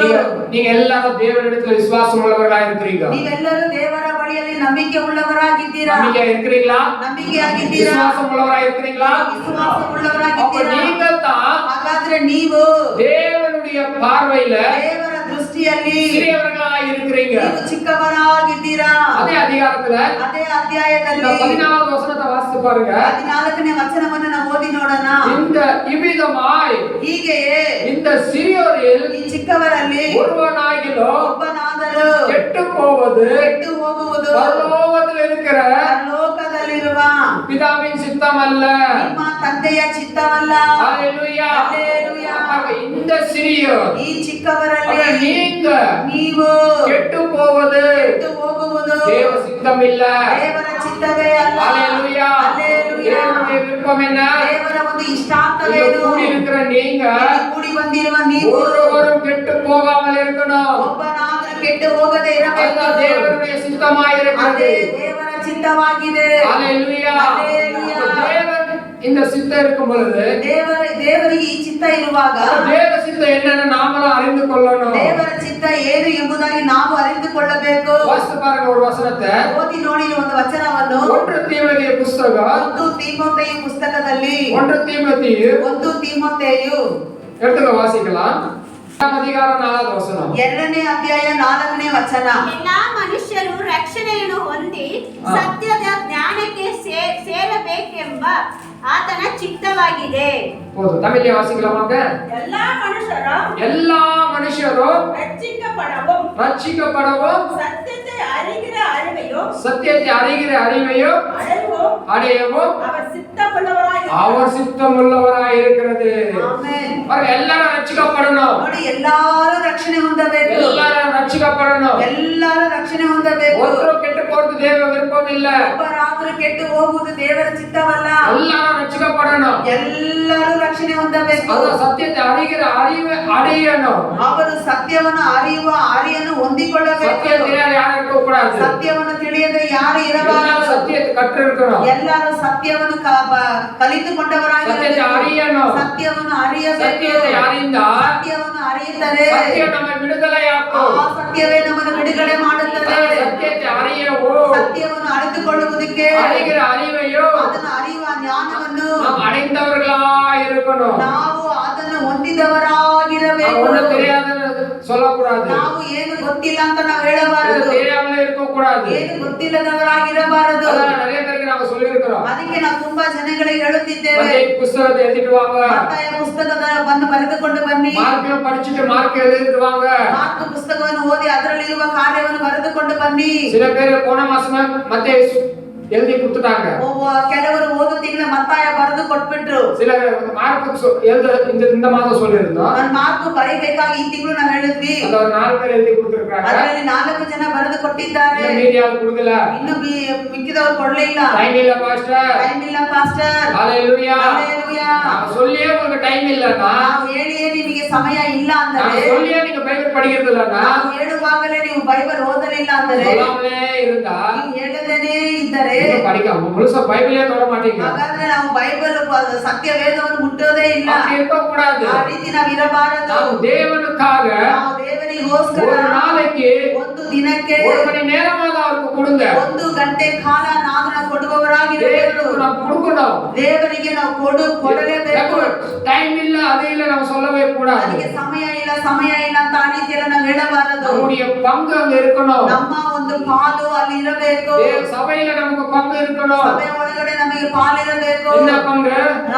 ಏನು ಪಾಲುಗಳು? நாம் போய் மற்றவர்களுக்கு ನಾವು ಹೋಗಿ ಮತ್ತೊಬ್ಬರಿಗೆ சுவிசேஷத்தை நாம் அறிவிக்க வேண்டும். ಸುವಾರ್ತೆಯನ್ನು ನಾವು ಸಾರಬೇಕು. மற்றும் இயேசு பத்தி அறிவிக்கணும். ಯೇಸುವಿನ ಬಗ್ಗೆ ನಾವು ಹೇಳಬೇಕು. அதுதான் தேவனுடைய சித்தமாய் ಅದೇ இருக்கிறது. ದೇವರ ಒಂದು ಚಿತ್ತವಾಗಿದೆ. நாம் ரட்சிக்கப்பட்டதுக்கு அதுதான் அர்த்தம். ನಾವು ರಕ್ಷಣೆ ಹೊಂದುವುದಕ್ಕೆ ಅದೇ ಸರಿಯಾದ உலகம் முழுவதும் போய் ಈ ಲೋಕದ ಎಲ್ಲ ಕಟ್ಟ இந்த ಕಡೆಗೆ சுவிசேஷத்தை நீங்க அறிவிங்கன்னு தேவன் சொன்னாரு. ಈ ಶುಭ ಸಮಾಚಾರವನ್ನು ಎಲ್ಲರಿಗೂ ಸಾರಿರಿ ಎಂಬುದಾಗಿ ದೇವರು நாம் ಹೇಳಿದ್ದಾರೆ. ரட்சிக்கப்பட்ட மட்டும் போதாதில்ல. ನಾವು ರಕ್ಷಣೆ ಹೊಂದಿದರೆ ಮಾತ್ರ ಸಾಕು ಅಲ್ಲ, மற்றவங்க தேவனை குறித்து நாம் சொல்லணும். ಆಮೇಲೆ ಮತ್ತೊಬ್ಬರಿಗೆ ದೇವರ ಸತ್ಯವನ್ನು ನಾವು ಹೇಳುವವರಾಗಿ எத்தனையோ குடும்பங்கள் ಆದ್ರೆ ಎಷ್ಟೋ ಕುಟುಂಬಗಳು இன்னைக்கு பிசாசால கட்டப்பட்டு இருக்கிறார்கள். ಈಗ ದೆವ್ವಗಳಿಂದ ಚೈತಾನ್ಯದಿಂದ ಕಟ್ಟಲ್ಪಟ್ಟಿವೆ. வெளியே நல்லா இருக்கிறது போலதான் இருக்கிறாங்க. ಅವರು ನೋಡುವುದಕ್ಕೆ ಹೊರಗಡೆ ತುಂಬಾ ஆனா அவங்க ಚೆನ್ನಾಗಿರುವವರಾಗಿದ್ದಾರೆ. குடும்ப வாழ்க்கையில பார்க்கும் பொழுது ಆದ್ರೆ ಅವರ ವೈಯಕ್ತಿಕವಾದ ಪರ್ಸನಲ್ ಜೀವಿತದಲ್ಲಿ ಹೋಗಿ நிறைய ನೋಡುವಾಗ பிரச்சனையில சிக்கி இருக்கிறாங்க. ಅವರು ಅನೇಕ ಸಮಸ್ಯೆಗಳಲ್ಲಿ ಸಿಕ್ಕಿఉండವರಾಗಿದ್ದಾರೆ. அவங்க யோசிப்பாங்க, ಅವರು ಯೋಚನೆ ಮಾಡುತ್ತಿದ್ದಾರೆ, எதனால நமக்கு இந்த வாழ்க்கை அப்படின்னு. ಯಾತಕ್ಕಪ್ಪ ಈ ಒಂದು ಜೀವನ ನನಗೆ. ஹalleluya. ಹಲ್ಲೆಲೂಯಾ. இயேசு இந்த பூமிக்கு எதற்கு வந்தார்? ಯೇಸು ಸ್ವಾಮಿ ಭೂಮಿಗೆ ಯಾತಕ್ಕಾಗಿ ಬಂದರು? மனுஷனை ரட்சிப்பதற்காக. ಆ ಮನುಷ್ಯನನ್ನು ನಾವು ರಕ್ಷಿಸುವುದಕ್ಕಾಗಿ. ஒருத்தனுக்கு போய் சுவிசேஷம் அறிவிக்கும் பொழுது ಒಬ್ಬರಿಗೆ ಹೋಗಿ ಸ್ವಾರ್ಥೆಯನ್ನು ನಾವು ಸಾರುವಾಗ அவன் தேவன் யார் என்பதை அவன் கண்டுகொள்கிறான். ದೇವರು ಯಾರು ಎಂತವರು ಎಂಬುದನ್ನು ಆ ಮನುಷ್ಯನ ಅರಿತುಕೊಳ್ಳುತ್ತಾನೆ. ஒரு மனுஷன் எனக்கு சொன்னா, ಒಂದು ಮನುಷ್ಯರು ನಮಗೆ ಹೇಳಿದ್ರು, இயேசு கிறிஸ்து ಯೇಸು ಕ್ರಿಸ್ತನು இந்தியா கடவுள் இல்ல, ಆತನು ನಮ್ಮ ಭಾರತ ದೇಶದ ದೇವರಲ್ಲ, அவர் வெளிநாட்டு கடவுள்னாரு. ಆತನು ಹೊರ ದೇಶದ ದೇವರು ಎಂಬುದಾಗಿ ಹೇಳಿದ್ರು. அப்ப நான் சொன்னேன், ಆಗ ನಾನು ಹೇಳಿದೆ, அப்ப நான் இந்தியால இருந்து ஜெபம் பண்ணா ನಾನು ಭಾರತದಲ್ಲಿ ಇದ್ದುಕೊಂಡು ಪ್ರಾರ್ಥನೆ ಮಾಡುವಾಗ அவர் ஜெபத்தை கேக்குறாரு, ಆತನು ನನ್ನ ಪ್ರಾರ್ಥನೆಯನ್ನು ಕೇಳುತ್ತಾನಲ್ಲ, எனக்கு அற்புதம் செய்றாரு, ನನಗೆ ಅದ್ಭುತವನ್ನು ಮಾಡ್ತಾ அப்ப அவர் ಇದ್ದಾನೆ. என்னுடைய தேவன் தானே, ಹಾಗಾದ್ರೆ ಆತನು ನನ್ನ ದೇವರಾಗಿದ್ದಾರೆ. அப்ப என் பாஷை அவருக்கு புரியுது தானே. ಹಾಗಾದ್ರೆ ನನ್ನ ಭಾಷೆ ಆತನಿಗೆ ಅರ್ಥ ಆಗುತ್ತಾ ಇದೆ. வெளிநாட்டு கடவுள்னா ಹಾಗಾದ್ರೆ ಹೊರ ದೇಶದ ದೇವರು நான் ಅಂದ್ರೆ வெளிநாட்டு பாஷையில ஜெபம் பண்றது இல்ல, ನಾನು ಹೊರ ದೇಶದ ಭಾಷೆಗಳಲ್ಲಿ ನಾನು ಪ್ರಾರ್ಥನೆ ಮಾಡುವುದಿಲ್ಲ. அமெரிக்கா கடவுள்ன்றாங்க, ಆತನ ಅಮೆರಿಕ ದೇವರಂತ ಹೇಳುತ್ತಿದ್ದಾರೆ. அமெரிக்கா பாஷை எனக்கு தெரியாது, ಅಮೆರಿಕ ಭಾಷೆ ನನಗೆ ಸ್ವಲ್ಪವೂ ಗೊತ್ತಿಲ್ಲ. நம்ம ஒரு பாஷை தான் நமக்கு தெரியும். ನಮ್ಮ ಊರ ಭಾಷೆನೇ ನನಗೆ அப்ப ತಿಳಿದಿದೆ. நம்ம பாஷையில தான் நான் ஜெபம் பண்றேன். ಹಾಗಾದ್ರೆ ನಮ್ಮ ಊರ ಭಾಷೆನಲ್ಲೇ ನನ್ನ ತಾಯಿ ಭಾಷೆನೇ ನಾನು ಪ್ರಾರ್ಥನೆ அந்த ಮಾಡುತ್ತಿದ್ದೇನೆ. ஜெபத்தை அவர் கேக்குறாரு, ಆದ್ರೆ ಆ ಒಂದು ಪ್ರಾರ್ಥನೆ ನಮ್ಮ ದೇವರು அவர் பதிலா கொடுக்கிறாரு. ಅದಕ್ಕೆ ಸದುತ್ತರವನ್ನು ದೇವರು இப்ப அப்பா அவர் ದಯಪಾಲಿಸುವುದಾಗಿದ್ದಾರೆ. என்னுடைய தேவன் தானே, ಈಗ ಆತನು ನನಗೆ ನನ್ನ ದೇವರು ತಾನೇ. அந்த மனுஷன் என்ன பேசணும் தெரியாது சும்மா இருக்காரு. ಆ ಮನುಷ್ಯನ ನನಗೆ ಏನು ಮಾತನಾಡಬೇಕು ಗೊತ್ತಿಲ್ಲದೆ ಆತನಾದರೂ அது சூழ்நிலைகளை பார்க்க வேண்டாம், ನಾವು ಪರಿಸ್ಥಿತಿಗಳನ್ನು ನೋಡಬಾರದು. பெருசா பிரசங்கம் பண்ண தேவையில்ல, ನೀವು ಹೋಗಿ ದೊಡ್ಡದಾಗಿ ಪ್ರಸಂಗ ಮಾಡಬೇಕಾಗಿರೋ ಅವಶ್ಯಕತೆ ಏನು ಇಲ್ಲ. உங்களுக்கு நடந்த அற்புதத்தை சொல்லுங்க, ನಿಮ್ಮ ಜೀವನದಲ್ಲಿ ನಿಮಗೆ ನಡೆದಂತ ಅದ್ಭುತ ಕಾರ್ಯಗಳು ನೀವು ಅವರಿಗೆ ಹೇಳಿದ್ರೆ அது ಸಾಕು. போதும், ಅದೇ ಸಾಕು. அதுதான் சுவிசேஷம். ಅದೇ ಸಂದೇಶವಾಗಿದೆ. ஆரம்பத்துல அதை சொல்லுங்க நீங்க, ಅದನ್ನು ನೀವು ಅವರಿಗೆ ಸಾಕ್ಷಿಯಾಗಿ அதான் ಹೇಳಿರಿ. தேவன் எதிர்பார்க்கிறார். ಅದೇ ನಮ್ಮ ದೇವರು ಎದುರು ನೋಡುವವರಾಗಿದ್ದಾರೆ. ನಾವು ಅನ್ಕೊಳ್ಳುತ್ತೇವೆ, எதுவுமே செய்யாம, ಏನು ಮಾಡದೆ, ಜಪ பண்ணாம, ಪ್ರಾರ್ಥನೆ ಮಾಡದೆ, வேதத்தை படிக்காம, ಸತ್ಯ ವೇದವನ್ನು ಓದದೆ, சரியா சபைக்கு போகாம, ಸರಿಯಾಗಿ ಸಭೆಗೆ ಹೋಗದೆ, நேசனை மட்டும் எடுத்துட்டா போதும், ದೀಕ್ಷಾಸ್ಥಾನ ಮಾತ್ರ ತಗೊಂಡ್ರೆ ಸಾಕು. பரலோக ராஜ்யம் கிடைச்சிடுவாங்க. ಪರಲೋಕ ರಾಜ್ಯ ನಮಗೆ ಸಿಗುತ್ತದೆ. பரலோக ராஜ்யம் எல்லாம் ಪರಲೋಕ ರಾಜ್ಯವೆಲ್ಲ சும்மா கிடைக்காது. ಸುಮ್ಮನೆ ಸಿಗುವುದಿಲ್ಲ. ஹalleluya. ஹalleluya. அவர் சித்தத்தை நம்ம செய்யணும். ಆತನ ಚಿತ್ತವನ್ನು ನಾವು ಮಾಡಬೇಕು. நிறைய பேர் நினைச்சிட்டு இருக்காங்க, ಅನೇಕರು ಅನ್ಕೊಂಡಿದ್ದಾರೆ, நேசனை எடுத்துட்டா பரலோகத்துக்கு போயிடுவேன்னு. ದೀಕ್ಷಾಸ್ಥಾನ ತಗೊಂಡ್ರೆ ನಾನು ಪರಲೋಕಕ್ಕೆ ಹೋಗುತ್ತೇನೆ. அவ்வளவு சுலபமாலாம் போக முடியாது. ಅಷ್ಟು ಸುಲಭವಾಗಿ ಎಲ್ಲ ಹೋಗುವುದಕ್ಕೆ மூணு ಸಾಧ್ಯವಿಲ್ಲ. வேளை சாப்பிட்டுட்டு ಮೂರು ಹೊತ್ತು ಊಟ ಮಾಡಿ வீட்டுல சும்மா இருந்தா, ಮನೆ ಒಳಗಡೆ ಸುಮ್ಮನೆ சும்மா தூங்கிட்டு இருந்தா ಸುಮ್ಮನೆ ನಿದ್ರೆ ಮಾಡುತ್ತಿದ್ದಾರೆ. பரலோக ராஜ்யம் வரும் நம்ம நினைக்க கூடாது. ಪರಲೋಕ ರಾಜ್ಯ ನಮಗೆ ಬರುತ್ತದೆ. நாம இதாயில செய்ய வேண்டும். ನಾವು ದೇವರಿಗಾಗಿ ಏನಾದ್ರೂ ಮಾಡಲೇಬೇಕು. ಮತ್ತೆ 11ஆம் அதிகாரம் எடுத்து பாருங்க, ಮತ್ತಾಯ 12ನೇ ಅಧ್ಯಾಯವನ್ನು ನಾವು ತೆಗೆದುಕೊಳ್ಳೋಣ. அங்க 40வது வசனம். ಅದರಲ್ಲಿ 40ನೇ ವಚನ. ಮತ್ತೆ 12 ಮತ್ತಾಯ 12 பாருங்க, சுவிசேஷத்தை பத்தி அங்க சொல்லப்பட்டிருக்கு. ಅಲ್ಲಿ ಸ್ವಾರ್ಥೆಯ ಬಗ್ಗೆ ಅಲ್ಲಿ ಹೇಳಲ್ಪಟ್ಟಿದೆ. ಅಂದರೆ ಯೋಹಾನನು ಹೇಗೆ 3 ದಿನ ರಾತ್ರಿ ಹಗಲು ದೊಡ್ಡ ಮೀನಿನ ಹೊಟ್ಟೆ ಒಳಗೆ ಇದ್ದಾನೋ ಹಾಗೆಯೇ ಮನುಷ್ಯ ಕುಮಾರನು 3 ದಿನ ರಾತ್ರಿ ಹಗಲು ಭೂಗರ್ಭದೊಳಗೆ ಇರುವನು. சரிமா, யோனாவை பத்தி நம்ம எல்லாருக்குமே தெரியும். ಯೋನನ ಬಗ್ಗೆ ನಮಗೆ ಎಲ್ಲರಿಗೂ ಗೊತ್ತಿದೆ. ஆண்டவர் யோனாக்கு சொன்னாரு, ದೇವರು ಯೋನನಿಗೆ ಹೇಳಿದರು, நினிவே பட்டணத்துக்கு போய் ಆ ನಿನಿವೆ ಪಟ್ಟಣಕ್ಕೆ ಹೋಗಿ இந்த சுவிசேஷத்தை நீ அறிவிக்க வேண்டும். ಈ ಒಂದು ಶುಭ ಸಮಾಜ ಸಂದೇಶವನ್ನು ಅವರಿಗೆ ಸಾರಬೇಕು. 40 நாளுக்குள்ள இந்த நினிவே பட்டணம் அழிக்கப்படும். 40 ದಿನಗಳ ಒಳಗಡೆ ಈ ನಿನಿವೆ ಪಟ್ಟಣ ನಾಶನವಾಗುತ್ತದೆ ಎಂಬುದಾಗಿ. ஆனா யோனா கேட்கல, ಆದ್ರೆ ಯೋನನು ಈ ಮಾತನ್ನು ಕೇಳಲಿಲ್ಲ. அவன் வேற பட்டணத்துக்கு போயிட்டான். ಆತನು ಬೇರೆ ಪಟ್ಟಣಕ್ಕೆ ಹೋದನು. அந்த நினிவே பட்டணம் பயங்கரமான பட்டணமா இருந்துச்சு. ಆ ನಿನಿವೆ ಪಟ್ಟಣ ಆ ಕಾಲ ಭಯಂಕರವಾಗಿದ್ದಂತ ಪಟ್ಟಣವಾಗಿತ್ತು. நினிவே பட்டணத்துக்கு போய் சொல்றாரு. ಅದಾದ ನಂತರ ಯೋನನು ನಿನಿವೆ ಪಟ್ಟಣಕ್ಕೆ ಹೋಗಿ அவர் பெருசா ಹೇಳುತ್ತಿದ್ದಾನೆ. எதுவும் சொல்லல, ಆತನು ದೊಡ್ಡದಾಗಿ ಏನು ಹೇಳಲಿಲ್ಲ. கர்த்தர் இந்த பட்டணத்தை அழிக்க போறாரு, ದೇವರು ಯೆಹೋವನು ಈ ಪಟ್ಟಣವನ್ನು ನಾಶ நீங்க ಮಾಡಲಿಕ್ಕಿದ್ದಾನೆ. மனம் திரும்புங்க, ನೀವು ಮನ ತಿರುಗಬೇಕು. நீங்க மனம் திரும்புங்க, ಮನ ತಿರುಗಬೇಕು. நினிவே பட்டணத்தை கர்த்தர் அழிக்க ಆ போறாரு. ನಿನಿವೆ ಪಟ್ಟಣವನ್ನು ದೇವರು ನಾಶ நீங்க ಮಾಡಲಿಕ್ಕಿದ್ದಾನೆ. மனம் திரும்பலைன்னா ನೀವು ಮನ ತಿರುಗಲಿಲ್ಲ ಅಂದ್ರೆ நினிவே பட்டணம் இருக்காது, ಆ ನಿನಿವೆ ಪಟ್ಟಣವೇ ಇರುವುದಿಲ್ಲ. எல்லாம் அழிந்து போயிடும். ಎಲ್ಲ ನಾಶವಾಗಿ இது ಹೋಗುತ್ತದೆ. சொன்ன உடனே ಹೇಳಿದ ಕೂಡಲೇ அந்த பட்டணத்துல இருந்த ಆ ಪಟ್ಟಣದಲ್ಲಿ ಇದ್ದಂತ 1,20,000 பேர் 1,20,000 ಜನರು எல்லாம் மனம் திரும்பிட்டாங்க. ಎಲ್ಲ ಮನ ತಿರುಗಿದರು. வேதத்துல வாசிக்கிறோம், ಸತ್ಯ ವೇದದಲ್ಲಿ அந்த ಓದುತ್ತೇವೆ. பட்டணம் ಆ ಪಟ್ಟಣವು அழிப்பேன் என்று சொன்ன தேவன் ನಾಶ ಮಾಡುವೆನಂತ ಹೇಳಿದಂತ ದೇವರು அந்த பட்டணத்துக்கு இரக்கத்தை ಆ காண்பித்தார். ಪಟ್ಟಣಕ್ಕೆ ದೇವರು ಕರುಣೆಯನ್ನು ತೋರಿಸಿದರು. ஹalleluya. அப்ப நம்ம மனம் திரும்பும் பொழுதுதான், ಆದ್ರೆ ನಾವು ಮನ ತಿರುಗುವಾಗಲೇ, ஒரு பாவி மனம் திரும்பும் போது ಪಾಪಿ ಮನ ತಿರುಗುವಾಗ பரலோக ராஜ்யத்தில் ಪರಲೋಕ அது ರಾಜ್ಯದಲ್ಲಿ மிகுந்த சந்தோஷம் உண்டாயிருக்கிறது. ತುಂಬಾ ಬಹಳ ಸಂತೋಷ. பரலோக ராஜ்யத்துக்குள்ள ಪರಲೋಕ ರಾಜ್ಯ ರಾಜ್ಯದಲ್ಲಿ துக்க உண்டாக கூடாது. ಅದು ದುಃಖ ಉಂಟಾಗಬಾರದು. துக்க வேதனை எங்க இருக்கும்? ಆ ದುಃಖ ವೇದನೆ ಎಲ್ಲಿ ಇರುತ್ತದೆ? பாதாளத்துல இருக்கும். ಅದು ಪಾತಾಳದಲ್ಲಿ ಇರುತ್ತದೆ. துக்க பாதாளத்துல இருக்கிறது. ಆ ದುಃಖ ಪಾತಾಳದಲ್ಲಿ அது ಇರುತ್ತದೆ. வேதனை பாதாளத்துல ಆ இருக்கிறது. ವೇದನೆ ಪಾತಾಳದಲ್ಲಿ ಇರುತ್ತದೆ. அதே துக்க வேதனை பரலோகத்துல இருக்க கூடாது. ಅದೇ ದುಃಖ ವೇದನೆಗಳು ಪರಲೋಕದಲ್ಲಿ பரலோகத்துல என்ன இருக்கணும்னா ಪರಲೋಕದಲ್ಲಿ ಏನಿರಬೇಕಂದರೆ சந்தோஷம் இருக்கணும். ಸಂತೋಷ ಇರಬೇಕು. மிகுந்த சந்தோஷம் ಬಹಳ ಸಂತೋಷ அங்க ಇರಬೇಕು. இருக்கும். ಅಲ್ಲಿ ಇರುತ್ತದೆ. அதுக்கு நாம என்ன செய்யணும்னா ಅದಕ್ಕೆ ನಾವು ಏನು ஒரு ಮಾಡಬೇಕು? ஆத்மா சுவிச்சு சொன்னா கூட ಒಂದು ಆತ್ಮಕ್ಕೆ ಸಂದೇಶ அந்த ಸಾಲುವುದಾದರೆ ஒரு ஆத்மா ரட்சிக்கப்பட்டாலே போதும். ಒಂದು ಆತ್ಮ ರಕ್ಷಣೆ ಹೊಂದಿದರೆ ಸಾಕು. பரலோகத்துல மிகுந்த சந்தோஷம் உண்டாயிடும். ಪರಲೋಕದಲ್ಲಿ ಬಹಳ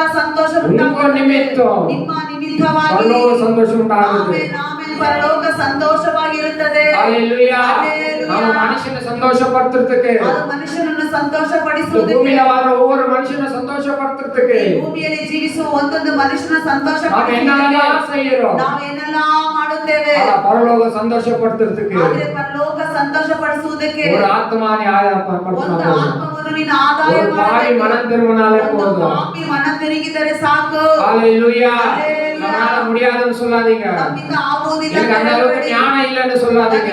ನನಗೆ ಅಷ್ಟು ಹೇಳುದಷ್ಟು ತಿಳಿಸುವಷ್ಟು ಜ್ಞಾನ ಇಲ್ಲ ಅಂತ ಹೇಳಬೇಡಿ. ஒண்ணும் தெரியாதுன்னு சொல்லாதீங்க. ನಿಮಗೆ ಏನು ಗೊತ್ತಿಲ್ಲ ಅಂತ ಹೇಳಬೇಡಿ. நீங்க வாயை திறந்து பேசுங்க. ನೀವು ಬಾಯನ್ನು ತೆರೆದು ಮಾತನಾಡಿರಿ. இது கர்த்தர் பார்த்து கொள்ளுவார். ಎಲ್ಲವನ್ನು ದೇವರು ನೋಡಿಕೊಳ್ಳುತ್ತಾರೆ. பேச ஆரம்பிச்சாலே ನೀವು போதும். ಮಾತನಾಡೋದಕ್ಕೆ ಪ್ರಾರಂಭಿಸಿದರೆ கர்த்தர் ಸಾಕು. உங்களுக்கு ஆவியான உதவி செய்வார். ಪರಿಶುದ್ಧ ಆತ್ಮನು ನಿಮಗೆ ಸಹಾಯಕನಾಗಿರುತ್ತಾರೆ. யோனா போய் அங்க சொன்னாரு, ಯೋನನು ಹೋಗಿ ಅಲ್ಲಿ ಹೇಳಿದರು, மனம் திரும்புங்க, ನೀವು ಮನ ತಿರುಗಿರಿ. தேவன் இந்த பட்டணத்தை அழிக்கிறாரு. ದೇವರು ಈ ಪಟ್ಟಣವನ್ನು ನಾಶ ಮಾಡುತ್ತಾರೆ. ஜனங்க தீர்மானம் பண்ணாங்க, ಜನರೆಲ್ಲರೂ ಒಂದು ತೀರ್ಮಾನವನ್ನು இந்த ಮಾಡಿದರು. பட்டணம் அழிக்க கூடாது. ಈ ಪಟ್ಟಣ நாம ನಾಶವಾಗಬಾರದು. மனம் திரும்பிடுறோம். ನಾವು ಮನ நாம ತಿರುಗುತ್ತೇವೆ. தேவனோட ஒப்புறாங்க. ದೇವರೊಂದಿಗೆ ಐಕ್ಯ ಪಡುತ್ತೇವೆ. ಅವರು ಬಿಟ್ಟು ಕೊಡುತ್ತಾಗ ಅವರನ್ನು ಅವರು ಬಿಟ್ಟು ಕೊಟ್ಟರು. அந்த பட்டணம் காப்பாற்றப்பட்டது. ಆ ಪಟ್ಟಣ ಕಾಪಾಡಲ್ಪಡ್ತು. ஹalleluya. ஹalleluya. யோனாவிலும் பெரியவர் ಅವನಾಗಿದ್ದರು ದೊಡ್ಡವರು உங்களோட இருக்கிறார். ನಿಮ್ಮೊಂದಿಗಿದ್ದಾರೆ. உங்களுக்கு கூட இருக்கிறார். ನಿಮ್ಮ ಸಂಗಡ ಇದ್ದಾರೆ. யோனாவிலும் பெரியவர் ಅವನಾಗಿದ್ದರು அவர் ದೊಡ್ಡವರು. நம்மோட இருக்கிறார். ಆತನು ನಮ್ಮೊಂದಿಗಿದ್ದಾರೆ. நம்ம தேவன் கைவிட்டுருவாரா? ನಮ್ಮ ದೇವರು ಕೈ ஒரு ಬಿಡುತ್ತಾರಾ? நாள் அவர் கைவிடுகிற தேவன் அல்ல. ಎಂದೆಂದಿಗೂ ಕೈ ಬಿಡುವಂತ ದೇವರು ಅಲ್ಲ. தேவன் என்னோட இருக்கிறார். ದೇವರು ನನ್ನೊಂದಿಗಿದ್ದಾರೆ. யாக்கோபின் தேவன் ಯಾಕೋಬಿನ ದೇವರು நமக்கு உயர்ந்த அடைக்கலம். ನಮಗೆ ಉನ್ನತವಾದ ಭದ್ರತೆ அவர் உயர்ந்த அடைக்கலமான இருக்கிறார். ನಮಗೆ ಭದ್ರತೆಯಾಗಿದ್ದಾರೆ. ஹalleluya. ஹalleluya. ஹalleluya. ஹalleluya. யோவான் 12ஆம் அதிகாரத்துல வாசிக்கிறோம். ಯೋಹಾನ 12ನೇ ಅಧ್ಯಾಯದಲ್ಲಿ ನಾವು ಓದುತ್ತೇವೆ. அதுல வசனம் இப்படியாக சொல்லப்பட்டிருக்கிறது. ಅದರಲ್ಲಿ ವಚನ ಈ ರೀತಿಯಾಗಿ ಹೇಳಲ್ಪಟ್ಟಿದೆ. யோவான் 12 ಯೋಹಾನ 12 26வது வசனம். 26ನೇ ವಚನ. ஒருவன் எனக்கு ஊழியம் செய்தால் ಒಬ್ಬನು ನನಗೆ ಸೇವೆಯನ್ನು ಮಾಡುವುದಾದರೆ பிதாவானவர் அவனை கனப்படுத்துகிறார். ತಂದೆಯಾದ ದೇವರು ಆತನನ್ನು ಘನಪಡಿಸುತ್ತಾರೆ. உங்களுக்கு கனம் வேணுமா? ನಿಮಗೆ ಘನತೆ ಬೇಕಾ? யாருக்கெல்லாம் கனம் வேணும்? ಯಾರಿಗೆಲ್ಲ ಘನತೆ ಬೇಕಾಗಿದೆ? கனம் வேண்டாமா? ಘನತೆ ಬೇಡವಾ? உங்களுக்கு கனம் வேணும்னா ನಿಮಗೆ ಘನತೆ ಬೇಕಂದರೆ மனுஷன் என்ன கனம் பண்ணணும்னு நினைக்காதீங்க. ಮನುಷ್ಯನು ನನಗೆ ಘನಪಡಿಸಬೇಕು ಅನ್ಕೋಬೇಡಿ. நீ ஊழியம் செய். ನೀನು ಸೇವೆ ಮಾಡು. மனுஷன் அல்ல, ಮನುಷ್ಯನಲ್ಲ. பரலோகத்திற்கு தேவனே உன்னை கனப்படுத்துவார். ಆಮೆನ್. ಪರಲೋಕದಲ್ಲಿರುವ ದೇವರೇ ನಿನ್ನನ್ನು இந்த ಘನಪಡಿಸುತ್ತಾರೆ. பூமியில ಈ ಭೂಮಿಯಲ್ಲಿ எந்த மனுஷன் உன்னை கனப்படுத்தினாலும் பண்ணாம போகட்டும். ಯಾವ ಒಂದು ಮನುಷ್ಯನು ನಿನ್ನನ್ನು ಘನಪಡಿಸಿದೆ ಹೋಗಬಹುದು. சொந்த புள்ளிகளை மதிக்கிறது இல்லையே, ಅಯ್ಯೋ ಸ್ವಂತ ಮಕ್ಕಳು ನನಗೆ ಮರ್ಯಾದೆ ಕೊಡುವುದಿಲ್ಲ. கணவனை மதிக்கிறது இல்லையே, ಓ ಗಂಡ ನನ್ನನ್ನು ಘನಪಡಿಸುವುದಿಲ್ಲ. மனைவியை மதிக்கிறது இல்ல, ಹೆಂಡತಿ ನನಗೆ ಘನಪಡಿಸುವುದಿಲ್ಲ. புள்ளிகளை மதிக்கிறது இல்ல, ಮಕ್ಕಳು ಕೂಡ ನನಗೆ எனக்கு மரியாதையை கொடுக்கறது இல்ல. ಮರ್ಯಾದೆನೇ ಕೊಡುವುದಿಲ್ಲ. ஒருவேளை நீங்க யோசிக்கலாம், ಒಂದು ವೇಳೆ ಆ ರೀತಿ ನೀವು ಯೋಚನೆ நீங்க ಮಾಡಬಹುದು. கர்த்தருக்காக ஊழியம் செய்யுங்க, ನೀವು ದೇವರಿಗಾಗಿ ಸೇವೆಯನ್ನು ಮಾಡಿ. பிதாவானவர் உங்களை கனப்படுத்துவார். ತಂದೆಯಾದ ದೇವರು ನಿಮ್ಮನ್ನು மனுஷனால முடியாதது, ಮನುಷ್ಯರಿಂದ ಅಸಾಧ್ಯವಾದದ್ದು, மனுஷங்களை கனப்படுத்தாதது ಮನುಷ್ಯರು ನಿಮ್ಮನ್ನು ಘನಪಡಿಸಿದೆ. தேவன் உங்களை கனப்படுத்துவார். Amen, amen. ದೇವರು ನಿಮ್ಮನ್ನು ಘನಪಡಿಸುವವರಾಗಿದ್ದಾರೆ. ஹalleluya. ಹಲ್ಲೆಲೂಯಾ. ஒரு குடும்பத்துல ಒಂದು ಕುಟುಂಬದಲ್ಲಿ கணவன் ಗಂಡನು ஒரு சீட்டு எழுதி ಒಂದು ಚೀಟಿಯನ್ನು ಬರೆದು மனைவிட்ட கொடுத்துட்டாராம். ಹೆಂಡತಿ ಬಳಿಗೆ ಕೊಟ್ಟರು. காலையில 5 மணிக்கு என்னை எழுப்பிடு, ಬೆಳಗ್ಗೆ ಜಾವ 5 ಗಂಟೆಗೆ ನನ್ನನ್ನು ಎಬ್ಬಿಸು நான் ಎಂಬುದಾಗಿ. ஏர்போர்ட்டுக்கு போனோம். ನಾನು ಏರ್ಪೋರ್ಟ್ಗೆ ಹೋಗಬೇಕೆಂಬುದಾಗಿ. சரி, மனைவி என்ன பண்ணிட்டாங்க, ಆತನ ಹಾಗೆ ಹೆಂಡತಿ ಏನು ಮಾಡಿದಳು? காலையில 5 மணி ஆயிடுச்சுன்னு சொல்லி ಬೆಳಗ್ಗೆ 5 ಗಂಟೆ ಆಯ್ತು ಅಂತ ಹೇಳಿ பேப்பர்ல எழுதி ವಾಕ್ಯನ ಒಂದು ಚೀಟಿಯಲ್ಲಿ தரக்கணிக்கையில ಬರೆದು வச்சிட்டாங்களாம். ಆ ಮಂಚದ ದಿಂಬು ಕೆಳಗಡೆ ಇಟ್ರಂತೆ. அவர் காலையில எழுந்து பார்த்தா ಮನುಷ್ಯ ಬೆಳಗ್ಗೆ ಎದ್ದು ನೋಡುವಾಗ காலை 8 மணி ஆயிருக்கு. ಬೆಳಗ್ಗೆ 8 ಗಂಟೆ ಆಗಿದೆ. போய் மனைவி சண்டை போடுறாரு மறுபடியும். ಹೆಂಡತಿ ಬಳಿ ಹೋಗಿ ಜಗಳ ಮಾಡುತ್ತಿದ್ದಾರೆ. 8 மணி 5 மணிக்கு எழுப்ப சொன்னானே. ನಾನು ನಿನ್ನನ್ನು 5 ಗಂಟೆಗೆ ಎಬ್ಬಿಸಕ್ಕೆ ಹೇಳಿದ್ನಲ್ಲ. 8 மணி ஆச்சு நீ எழுப்பல. ಇನ್ನು 8 ಗಂಟೆ ಇವಾಗ 8 ಗಂಟೆ ಆಗಿ ನನಗೆ ಎಬ್ಬಿಸಲೇ ಇಲ್ವಲ್ಲ. கூட்டி போய் காமிச்சாங்களா. ನಾವು ಕರ್ಕೊಂಡು ಹೋಗಿ ತೋರಿಸಿದ್ರು. தலகாணில ஒரு சீட்டி இருக்கு எடுத்து படிச்சு பாரு. ದಿಂಬಿನ ಕೆಳಗಡೆ ಒಂದು ಚೀಟಿ ಇದೆ ತೆಗೆದು ನೋಡಿ. ಅವ್ರು ತೆಗೆದು ನೋಡಿದ್ರಂತೆ. 5 மணி ஆச்சு எழுந்திருக்கவோ. 5 ಗಂಟೆ ಆಯ್ತು ನೀವು ಎದ್ದೇಳಿ ಅಂತ. ஹalleluya.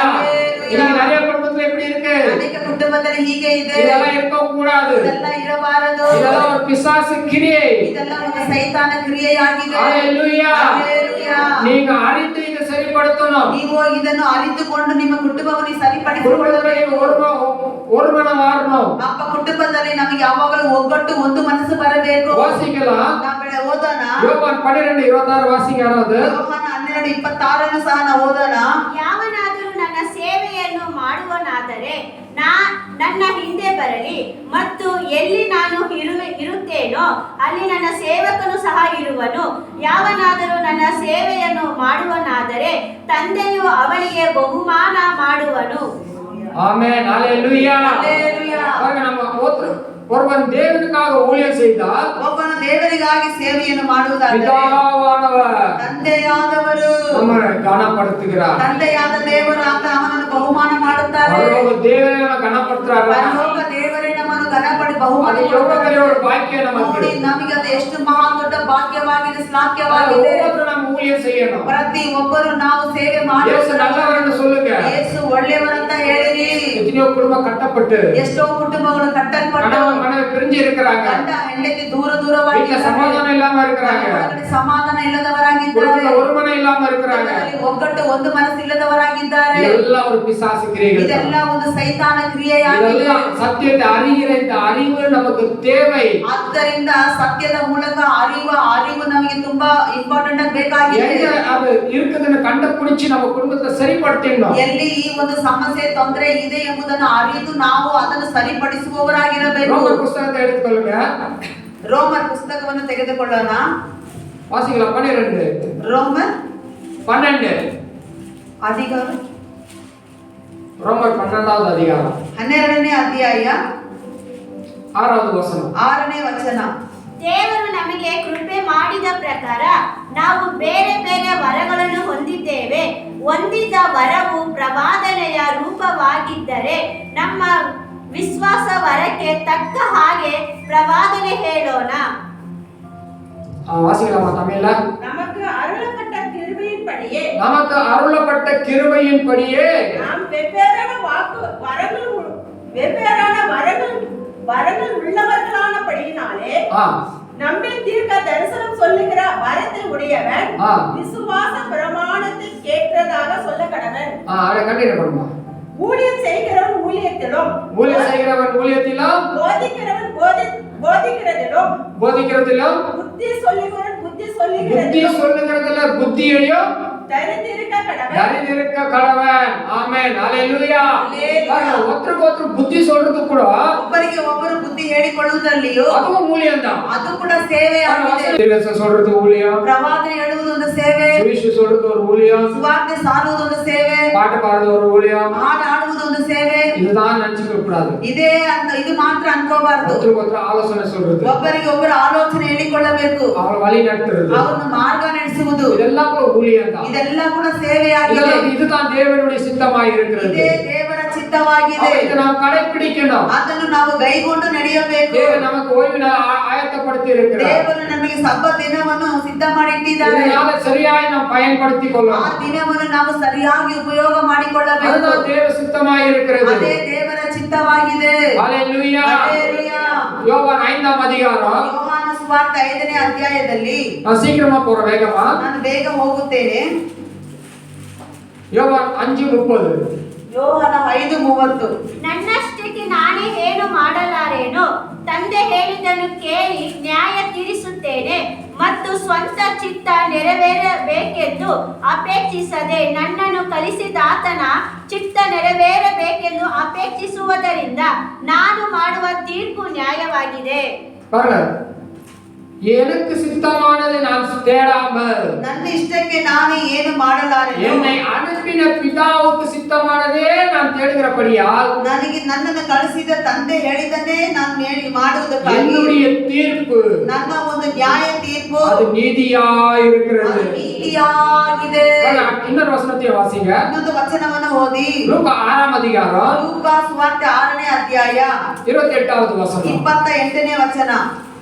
ನಿಮ್ಮನ್ನು ಶಪಿಸುವವರಿಗೆ ಆಶೀರ್ವಾದ ಮಾಡಿರಿ, ನಿಮ್ಮನ್ನು ಬೈಯುವವರಿಗೋಸ್ಕರ ದೇವರನ್ನು ಪ್ರಾರ್ಥಿಸಿರಿ. பாருங்க வசனம் இன்னொரு வசனம் சொல்றது, உங்களை சபிக்கிறவர்களை நீங்க என்ன செய்யணுமா? ನಿಮ್ಮನ್ನು ಶಪಿಸುವವರು ನೀವೇನು ಮಾಡಬೇಕು? ஆசீர்வதிங்க. ಆಶೀರ್ವದಿಸಬೇಕು. உங்களை நிந்திக்கிறாங்களா? ನಿಮ್ಮನ್ನು ನಿಂದಿಸುತ್ತಾ ಇದ್ದಾರಾ? அவங்களுக்காக ஜெபம் பண்ணுங்க. ಅವರಿಗಾಗಿ ಪ್ರಾರ್ಥನೆ ಮಾಡಿರಿ. அவன் சபிச்சிட்டா ಆತನು ಶಪಿಸಿದರೆ ನಾನು சபிச்சிடுறேன். ನಾನು ಶಪಿಸುತ್ತೇನೆ. இன்னைக்கு ஒருத்தர் என்கிட்ட சொன்னாங்க, ಇವತ್ತು ಒಬ್ಬರು ನನಗೆ ಹೇಳಿದ್ರು, இல்ல ஒரு போன வாரம் ஒருத்தர் சொன்னாரு, ಹೋದ ವಾರ ನನಗೆ ಒಬ್ರು ಹೇಳಿದ್ರು, பிரதர் நான் யார் காலம் மிதிக்க மாட்டேன், ಬ್ರದರ್ ನಾನು ಯಾರ ಕಾಲನ್ನು ತುಳಿಯುವುದಿಲ್ಲ, அவன் யார் காலம் மெரிச்சா ಆದ್ರೆ ನನ್ನ ಕಾಲನ್ನು ತುಳಿದರೆ நான் சும்மா விட மாட்டேன். ನಾನು ಸುಮ್ಮನೆ ಬಿಡೋದಿಲ್ಲ. ஹalleluya. ஹalleluya. இதெல்லாம் தேவனுக்கு விரோதமான காரியம். ಇದೆಲ್ಲ ದೇವರಿಗೆ ವಿರೋಧವಾದ ಕಾರ್ಯವಾಗಿದೆ. வசனம் நமக்கு சொல்லப்பட்டிருக்குது. ವಚನ ನಮಗೆ ಹೇಳುತ್ತಾ ಇದೆ, தேவனுடைய சித்தம். ದೇವರ ಒಂದು ಚಿತ್ತ இங்க நம்ம பார்க்கிறோம், ಇಲ್ಲಿ ನಾವು ನೋಡುತ್ತೇವೆ. உங்களை சபிக்கிறவர்களை நீங்க ஆசீர்வதிங்க. ನಿಮ್ಮನ್ನು ಶಪಿಸುವವರನ್ನು ನೀವು ಆಶೀರ್ವದಿಸಿರಿ. அதுதான் தேவ சித்தம். ಅದೇ ದೇವರ ಚಿತ್ತವಾಗಿದೆ. உங்களை நிந்திக்கிறாங்களா? ನಿಮ್ಮನ್ನು ನಿಂದಿಸುತ್ತಾ ಇದ್ದಾರಾ? அவமானப்படுத்துறாங்களா? ಅವಮಾನಪಡಿಸುತ್ತಾ ಇದ್ದಾರಾ? முகத்தை அந்த பக்கம் திருப்பிக்கிறாங்களா? ಮುಖವನ್ನು ಆ ಕಡೆ ತಿರುಗಿಕೊಳ್ಳುತ್ತಾರಾ? பரவாயில்ல, ಪರವಾಗಿಲ್ಲ. நீங்க அவங்களுக்காக ஜெபம் பண்ணுங்க. ಅವರಿಗಾಗಿ ಪ್ರಾರ್ಥನೆ ಮಾಡಿರಿ. உங்ககிட்ட பேசாம போயிட்டாங்களா? ನಿಮ್ಮ ಜೊತೆ ಮಾತನಾಡದೆ போய் கேளுங்க. ಹೋಗಿ ಕೇಳಿರಿ. பிரதர் ஏன் அந்த பக்கம் திருப்புறீங்க மூஞ்ச? ಬ್ರದರ್, ಯಾಕೆ ನಿಮ್ಮ ಮುಖ ಆ ಕಡೆ ತಿರುಗಿಕೊಳ್ಳುತ್ತಿದ್ದೀರಾ? என்கிட்ட ஏதாவது தப்பு இருந்தா மன்னிச்சிடுங்க. ನನ್ನ ಬಳಿಯಲ್ಲಿ ಏನಾದರೂ ತಪ್ಪಿದ್ರೆ ನನ್ನ ಕ್ಷಮಿಸಿ. கேளுங்க சகோதரி, அந்த மாதிரி போய் கேளுங்க. ಸಹೋದರಿ, ಅವರ ಆ ರೀತಿ ಹೋಗಿ ಕೇಳಿರಿ. சிஸ்டர் ஏன் அந்த என்ன பார்க்காம போறீங்க? ಸಿಸ್ಟರ್, ಯಾಕೆ ನನ್ನನ್ನು ನೋಡದ ಹಾಗೆ என்கிட்ட ಹೋಗುತ್ತೀರಾ? ஏதாவது குற்றம் இருந்தா, ನನ್ನ ಬಳಿಯಲ್ಲಿ ಏನಾದರೂ ತಪ್ಪಿದ್ರೆ, ஏதாவது என்னால உங்களுக்கு மனஸ்தாபம் இருந்தா, ನನ್ನಿಂದ ಏನಾದರೂ ನಿಮಗೆ ಮನ ಕಷ್ಟವಾಗಿದ್ದರೆ போங்க மன்னிப்பு கேளுங்க. ಹೋಗಿ ನೀವು ಕ್ಷಮಾಪಣೆ ಕೇಳಿರಿ. அதுதான் தேவ சித்தமா இருக்கிறது. ಅದೇ ದೇವರ நான் ಚಿತ್ತವಾಗಿದೆ. கேட்க மாட்டேன், ನಾನು ಕೇಳುವುದಿಲ್ಲ. நான் பலிக்கு பலி காட்டுறேன். ನಾನು ಮೊಯ್ಯಿಗೆ ಮೊಯ್ ತಿರಿಸಿ அது தேவ ತೋರಿಸುತ್ತೇನೆ. சித்தம் இல்லைங்க. ಅದು ದೇವರ ಚಿತ್ತವೇ உங்களை ಅಲ್ಲ. சபிக்கிறவங்களை ஆசீர்வதிங்க. ನಿಮ್ಮ ಶಪಿಸುವವರನ್ನು ನೀವು ಆಶೀರ್ವದಿಸಿ. உங்களை சபிக்கிறவங்களை நீங்க ஆசீர்வதிங்க. ನಿಮ್ಮನ್ನು ಶಪಿಸುವವರನ್ನು ನೀವು உங்களை ಆಶೀರ್ವದಿಸಿ. நிந்திக்கிறாங்களா? ನಿಮ್ಮನ್ನು ನಿಂದಿಸುತ್ತಾ ಇದ್ದಾರೆ. அவங்களுக்காக நீங்க ஜெபம் பண்ணுங்க. ಅವರಿಗಾಗಿ ನೀವು ಪ್ರಾರ್ಥನೆ ಮಾಡಿಕೊಳ್ಳಿರಿ. உங்க சுய இஷ்டமா நீங்க செய்ய ನಿಮ್ಮ வேண்டாம். ಸ್ವಂತ ಇಷ್ಟ ಪ್ರಕಾರ ನೀವು ಮಾಡಬಾರದು. இது சித்தமானதை நான் தேடாம, ನನಗೆ ಇಷ್ಟವಾದದ್ದನ್ನು ನಾನು ಹುಡುಕದೆ, என்னை அனுப்பின பிதாவுக்கு சித்தமானதே ಆಮೇಲೆ ನನ್ನನ್ನು ಕಳಿಸಿದ ನನ್ನ ತಂದೆಯಾದ ದೇವರಿಗೆ ಇಷ್ಟವಾದದ್ದನ್ನೇ ಮಾಡುವೆನು. நான் தேடுகிறபடியா ನಾನು ಹುಡುಕುವುದರಿಂದ அதுவே எனக்கு நீதியாய் இருக்கிறது. ಅದೇ ನನಗೆ ನೀತಿಯಾಗಿದೆ. ஹalleluya. ಹಲ್ಲೆಲೂಯಾ. இன்னொரு வசனத்தையே நான் காமிச்சு கொடுக்கிறேன். ಇನ್ನೊಂದು ವಚನವನ್ನು ನಾನು ನಿಮಗೆ ತೋರಿಸಿಕೊಡುತ್ತೇನೆ. மத்தேயு 5ஆம் அதிகாரம் ಮತ್ತಾಯ 5ನೇ ಅಧ್ಯಾಯದಲ್ಲಿ 44வது வசனத்தை நாம் எடுத்துக்கொள்வோம். 44ನೇ ವಚನವನ್ನು ನಾವು ತೆಗೆದುಕೊಳ್ಳೋಣ. ಆದರೆ ನಾನು ನಿಮಗೆ ಹೇಳುವುದೇನೆಂದರೆ, ನಿಮ್ಮ ವೈರಿಗಳನ್ನು ಪ್ರೀತಿಸಿರಿ, ನಿಮ್ಮನ್ನು ಹಿಂಸೆ ಪಡಿಸುವವರಿಗೋಸ್ಕರ ದೇವರನ್ನು ಪ್ರಾರ್ಥಿಸಿರಿ. பாருங்க வசனம் என்ன சொல்லுது? ಈ ವಚನ ಏನು ಹೇಳುತ್ತಾ ಇದೆ? நான் உங்களுக்கு சொல்லுகிறேன், ನಾನು ನಿಮಗೆ ಹೇಳುವುದೇನೆಂದರೆ, உங்கள் சத்துருக்களை நீங்க சிநேகியுங்கள், ನಿಮ್ಮ ವೈರಿಗಳನ್ನು ನೀವು ಪ್ರೀತಿಸಿರಿ, உங்களை சபிக்கிறவர்களை ನಿಮ್ಮನ್ನು ಶಪಿಸುವವರನ್ನು நீங்கள் ஆசீர்வதிங்க, ನೀವು ಆಶೀರ್ವದಿಸಿರಿ, உங்களை பகைக்கிறவர்களுக்கு ನಿಮ್ಮನ್ನು ಹಗೆ ಮಾಡುವವರಿಗೆ நீங்க நன்மை செய்யுங்க, ನೀವು ಮೇಲನ್ನು ಮಾಡಿರಿ, உங்களை நிந்திக்கிறவர்களுக்கு, ನಿಮ್ಮನ್ನು ಹಿಂಸೆ ಪಡಿಸುವವರಿಗೆ, உங்களை துன்பப்படுத்துகிறவர்களுக்காகவும் ದುಃಖಪಡಿಸುವವರಿಗೆ நீங்க ஜெபம் பண்ணுங்க. ನೀವು ಪ್ರಾರ್ಥನೆ ಮಾಡಿರಿ. இது யார்கிட்ட சொல்றது? ಇದು ಯಾರು ಹೇಳ್ತಾ ಇರುವುದು? ದೇವರು தேவன். ದೇವರು ಹೇಳುತ್ತಿದ್ದಾರೆ. ஹalleluya. ಹಲ್ಲೆಲೂಯಾ. அப்ப இது சொன்ன இந்த வசனத்தை ಹೇಳಿದಂತ ಈ நீங்க ವಚನವನ್ನು மறுபடியும் வாசித்து பாருங்க. ಮತ್ತೆ ಮತ್ತೆ ನೀವು ಓದಿ ನೋಡಿರಿ. உங்க ஆசீர்வாதம் தடைப்படாது. ನಿಮ್ಮ ಆಶೀರ್ವಾದ ತಡೆ ಆಗುವುದಿಲ್ಲ. இதை நீங்க கடைபிடிச்சீங்கன்னா ಇದನ್ನು ನೀವು ಕೈಗೊಂಡು ನಡೆದರೆ நான் உங்களுக்கு சொல்றேன், ನಾನು ನಿಮಗೆ ಹೇಳುತ್ತೇನೆ, உங்க சத்துருக்களை சிநேகிங்க, ನಿಮ್ಮ ಶತ್ರುವನ್ನು ಪ್ರೀತಿಸಿರಿ, உங்களை துன்பப்படுத்துறவங்களை ஆசீர்வதிங்க, ನಿಮ್ಮನ್ನು ಹಿಂಸೆ ಪಡಿಸುವವರು ನೀವು உங்க ಆಶೀರ್ವದಿಸಿರಿ, பகைக்கிறவங்களுக்கு நன்மை செய்யுங்க, ನಿಮ್ಮನ್ನು ಹಗೆ ಮಾಡುವವರಿಗೆ ಮೇಲನ್ನು ಮಾಡಿರಿ, துன்பப்படுத்த எல்லாருக்கும் ஜெபம் பண்ணுங்க. ನಿಮ್ಮನ್ನು ಹಿಂಸಿಸುವವರಿಗೆ ಕಷ್ಟ ಕೊಡುವವರಿಗೆ ನಿಮ್ಮ ಆಶೀರ್ವಾದ, ನಿಮ್ಮ ಆಶೀರ್ವಾದಗಳು உங்களை தேடி தானா வரும். ಆಮೇಲೆ ನಿಮ್ಮನ್ನು ಹುಡುಕಿಕೊಂಡು ತಾನಾಗಿ ஆபிரகாமின் ಬರುತ್ತದೆ. ஆசீர்வாதம், ಆಬ್ರಹಾಮನ ಒಂದು ஆசீர்வாதம் கிறிஸ்து இயேசுவின் மகிமையிலே இருக்கிறது.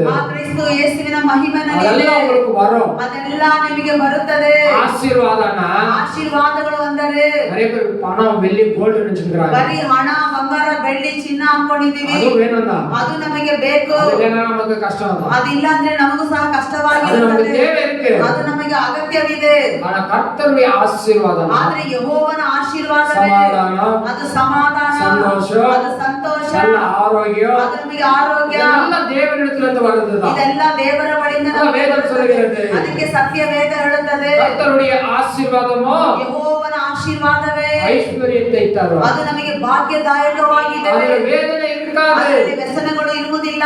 ஹalleluya. ஹalleluya. கர்த்தர் கொடுக்கிற ஒவ்வொரு ஆசீர்வாதமும் ಯೆಹೋವನು ಕೊಡುವ ಒಂದೊಂದು ಆಶೀರ್ವಾದಗಳು ஐஸ்வர்ய தரும். ಐಶ್ವರ್ಯ ಕೊಡುತ್ತದೆ. ಅದರ ವೇದನೆ இருக்காது. ಅದರಲ್ಲಿ ವೇದನೆಗಳು ಇರುವುದಿಲ್ಲ.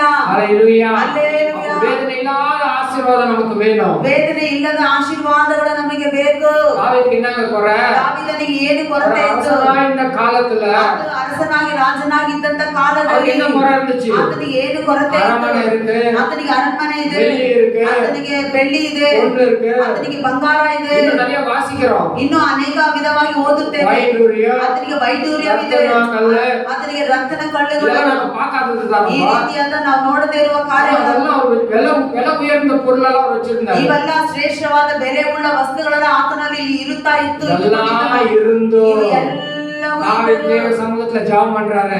ದಾವೀದು ದೇವರ ಸಮ್ಮುಖದಲ್ಲಿ தேவரே, ದೇವರೇ, உம்முடைய அடியானுடைய வீடு ನಿಮ್ಮ ಒಂದು ಸೇವಕನಾದ ಮನೆ என்றைக்கு ಆಶೀರ್ವದಿக்கப்பட்டு ಅದು இருக்கிறாரு. ಸದಾಕಾಲವಾಗಿ ಆಶೀರ್ವಾದವಿடுறாரு. ನನ್ನನ್ನು ಆಶೀರ್ವದಿಸುತ್ತೆ அப்ப அவருக்கு ಅಂತಿದ್ದಾರೆ. என்ன பொருளை பத்தி எல்லாம் அவர் யோசிக்கல. ನೋಡಿ ಅಲ್ಲಿರುವ ವಸ್ತುಗಳ ಬಗ್ಗೆ ಕ್ರಿಯೆಗಳ ಬಗ್ಗೆ ಅದನ್ನು ಯೋಚನೆ ಮಾಡಲಿಲ್ಲ. எது இருக்குதோ நமக்கு இல்லையோ ಯಾವುದು ಇದೆಯೋ ನಮಗಿಲ್ಲವೋ நமக்கு தேவை ನಮಗೆ ಬೇಕಾಗಿರುವುದು தேவனுடைய ஆசீர்வாதம். ದೇವರ ಒಂದು ಆಶೀರ್ವಾದ. தேவ ஆசீர்வாதம் நம்ம மேல இருக்கணும்னா ದೇವರ ಆಶೀರ್ವಾದ ನಮ್ಮ ಮೇಲೆ ಇರಬೇಕೆಂದರೆ நாம் தேவ பிதாவின் சித்தத்தை நாம் செய்யணும். ನಮ್ಮ ತಂದೆಯಾದ ದೇವರ ಚಿತ್ತವನ್ನೇ ನಾವು ಮಾಡುವವರಾಗಿರಬೇಕು. தொடர்ந்து வாசிங்க. ನಾವು ಹಾಗೆ ಮುಂದುವರಿಸಿ ಓದುತ್ತೇವೆ. 1 பேதுரு 1 ಪೇತ್ರನು 3வது அதிகாரம் 3ನೇ ಅಧ್ಯಾಯ 9வது வசனம். 9ನೇ ವಚನ. ಅಪಕಾರಕ್ಕೆ ಅಪಕಾರವನ್ನು ನಿಂದೆಗೆ ನಿಂದೆಯನ್ನು ಮಾಡದೆ ಆಶೀರ್ವದಿಸಿರಿ. ಇದಕ್ಕಾಗಿ ದೇವರು ನಿಮ್ಮನ್ನು ಕರೆದನಲ್ಲ. ಹೀಗೆ ಮಾಡುವುದಾದರೆ ನೀವು ಆಶೀರ್ವಾದವನ್ನು ಬಾಧ್ಯವಾಗಿ ಹೊಂದುವಿರಿ. ஹalleluya. ஹalleluya. வேதம் சொல்கிறது. ಸತ್ಯವೇದ ಹೇಳುತ್ತದೆ. பழைய ஏற்பாட்டுல இருந்துச்சு. ಹಳೆ ಒಡಂಬಡಿಕೆಯಲ್ಲಿತ್ತು. பல்லுக்கு பல்லு, ಹಲ್ಲಿಗೆ ಹಲ್ಲು, முள்ளுக்கு முள்ளு, ಹುಲ್ಲಿಗೆ ಮುಳ್ಳು, கத்திக்கு கத்தி. ಕತ್ತಿಗೆ ಕತ್ತಿ. ஹalleluya. ಹಲ್ಲೆಲೂಯಾ. தேவனுடைய வார்த்தை இங்க சொல்லுது. ಆದ್ರೆ ದೇವರ ವಾಕ್ಯದಲ್ಲಿ நீங்க ಹೇಳುತ್ತದೆ, தீமைக்கு தீமையோ, ನೀವು ಕೇಡಿಗೆ ಕೇಡನ್ನು, உதாசீனத்துக்கு உதாசீனத்தையும் ನೀವು ಅಪಕಾರಕ್ಕೆ ಅಪಕಾರವನ್ನು நீ சரி காட்டாத. ನೀವು ಅದಕ್ಕೆ ಸರಿಯಾಗಿ ಮಾಡದೆ, அதுக்கு பதில் நீ செய்ய போகாத. ಅದಕ್ಕೆ ಬದಲಿಗೆ ಬದಲಾಗಿ ನೀನು ಮಾಡದೆ, அவங்களை உதாசீனம் பண்ணாலோ ಅವರು ನಿನ್ನನ್ನು ತಿರಸ್ಕಾರ ಪಡಿಸಿದರು. அதுக்கு பதிலா ಅದಕ್ಕೆ ಬದಲಾಗಿ நீங்க அவங்களை ஆசீர்வதிங்க. ನೀವು ಅವರನ್ನು ಆಶೀರ್ವದಿಸು. நீங்க அதுக்காகவே அழைக்கப்பட்டு ನೀವು இருக்கிறீங்க. ಅದಕ್ಕಾಗಿಯೇ ಕರೆಯಲ್ಪಟ್ಟಿದ್ದೀರಾ. தேவனால எதுக்கு மாதிரி அழைச்சிருக்கீங்க? ದೇವರು ನಿಮ್ಮನ್ನು ಯಾವುದಕ್ಕಾಗಿ ಕರೆದಿದ್ದಾರೆ? சொல்லுங்க.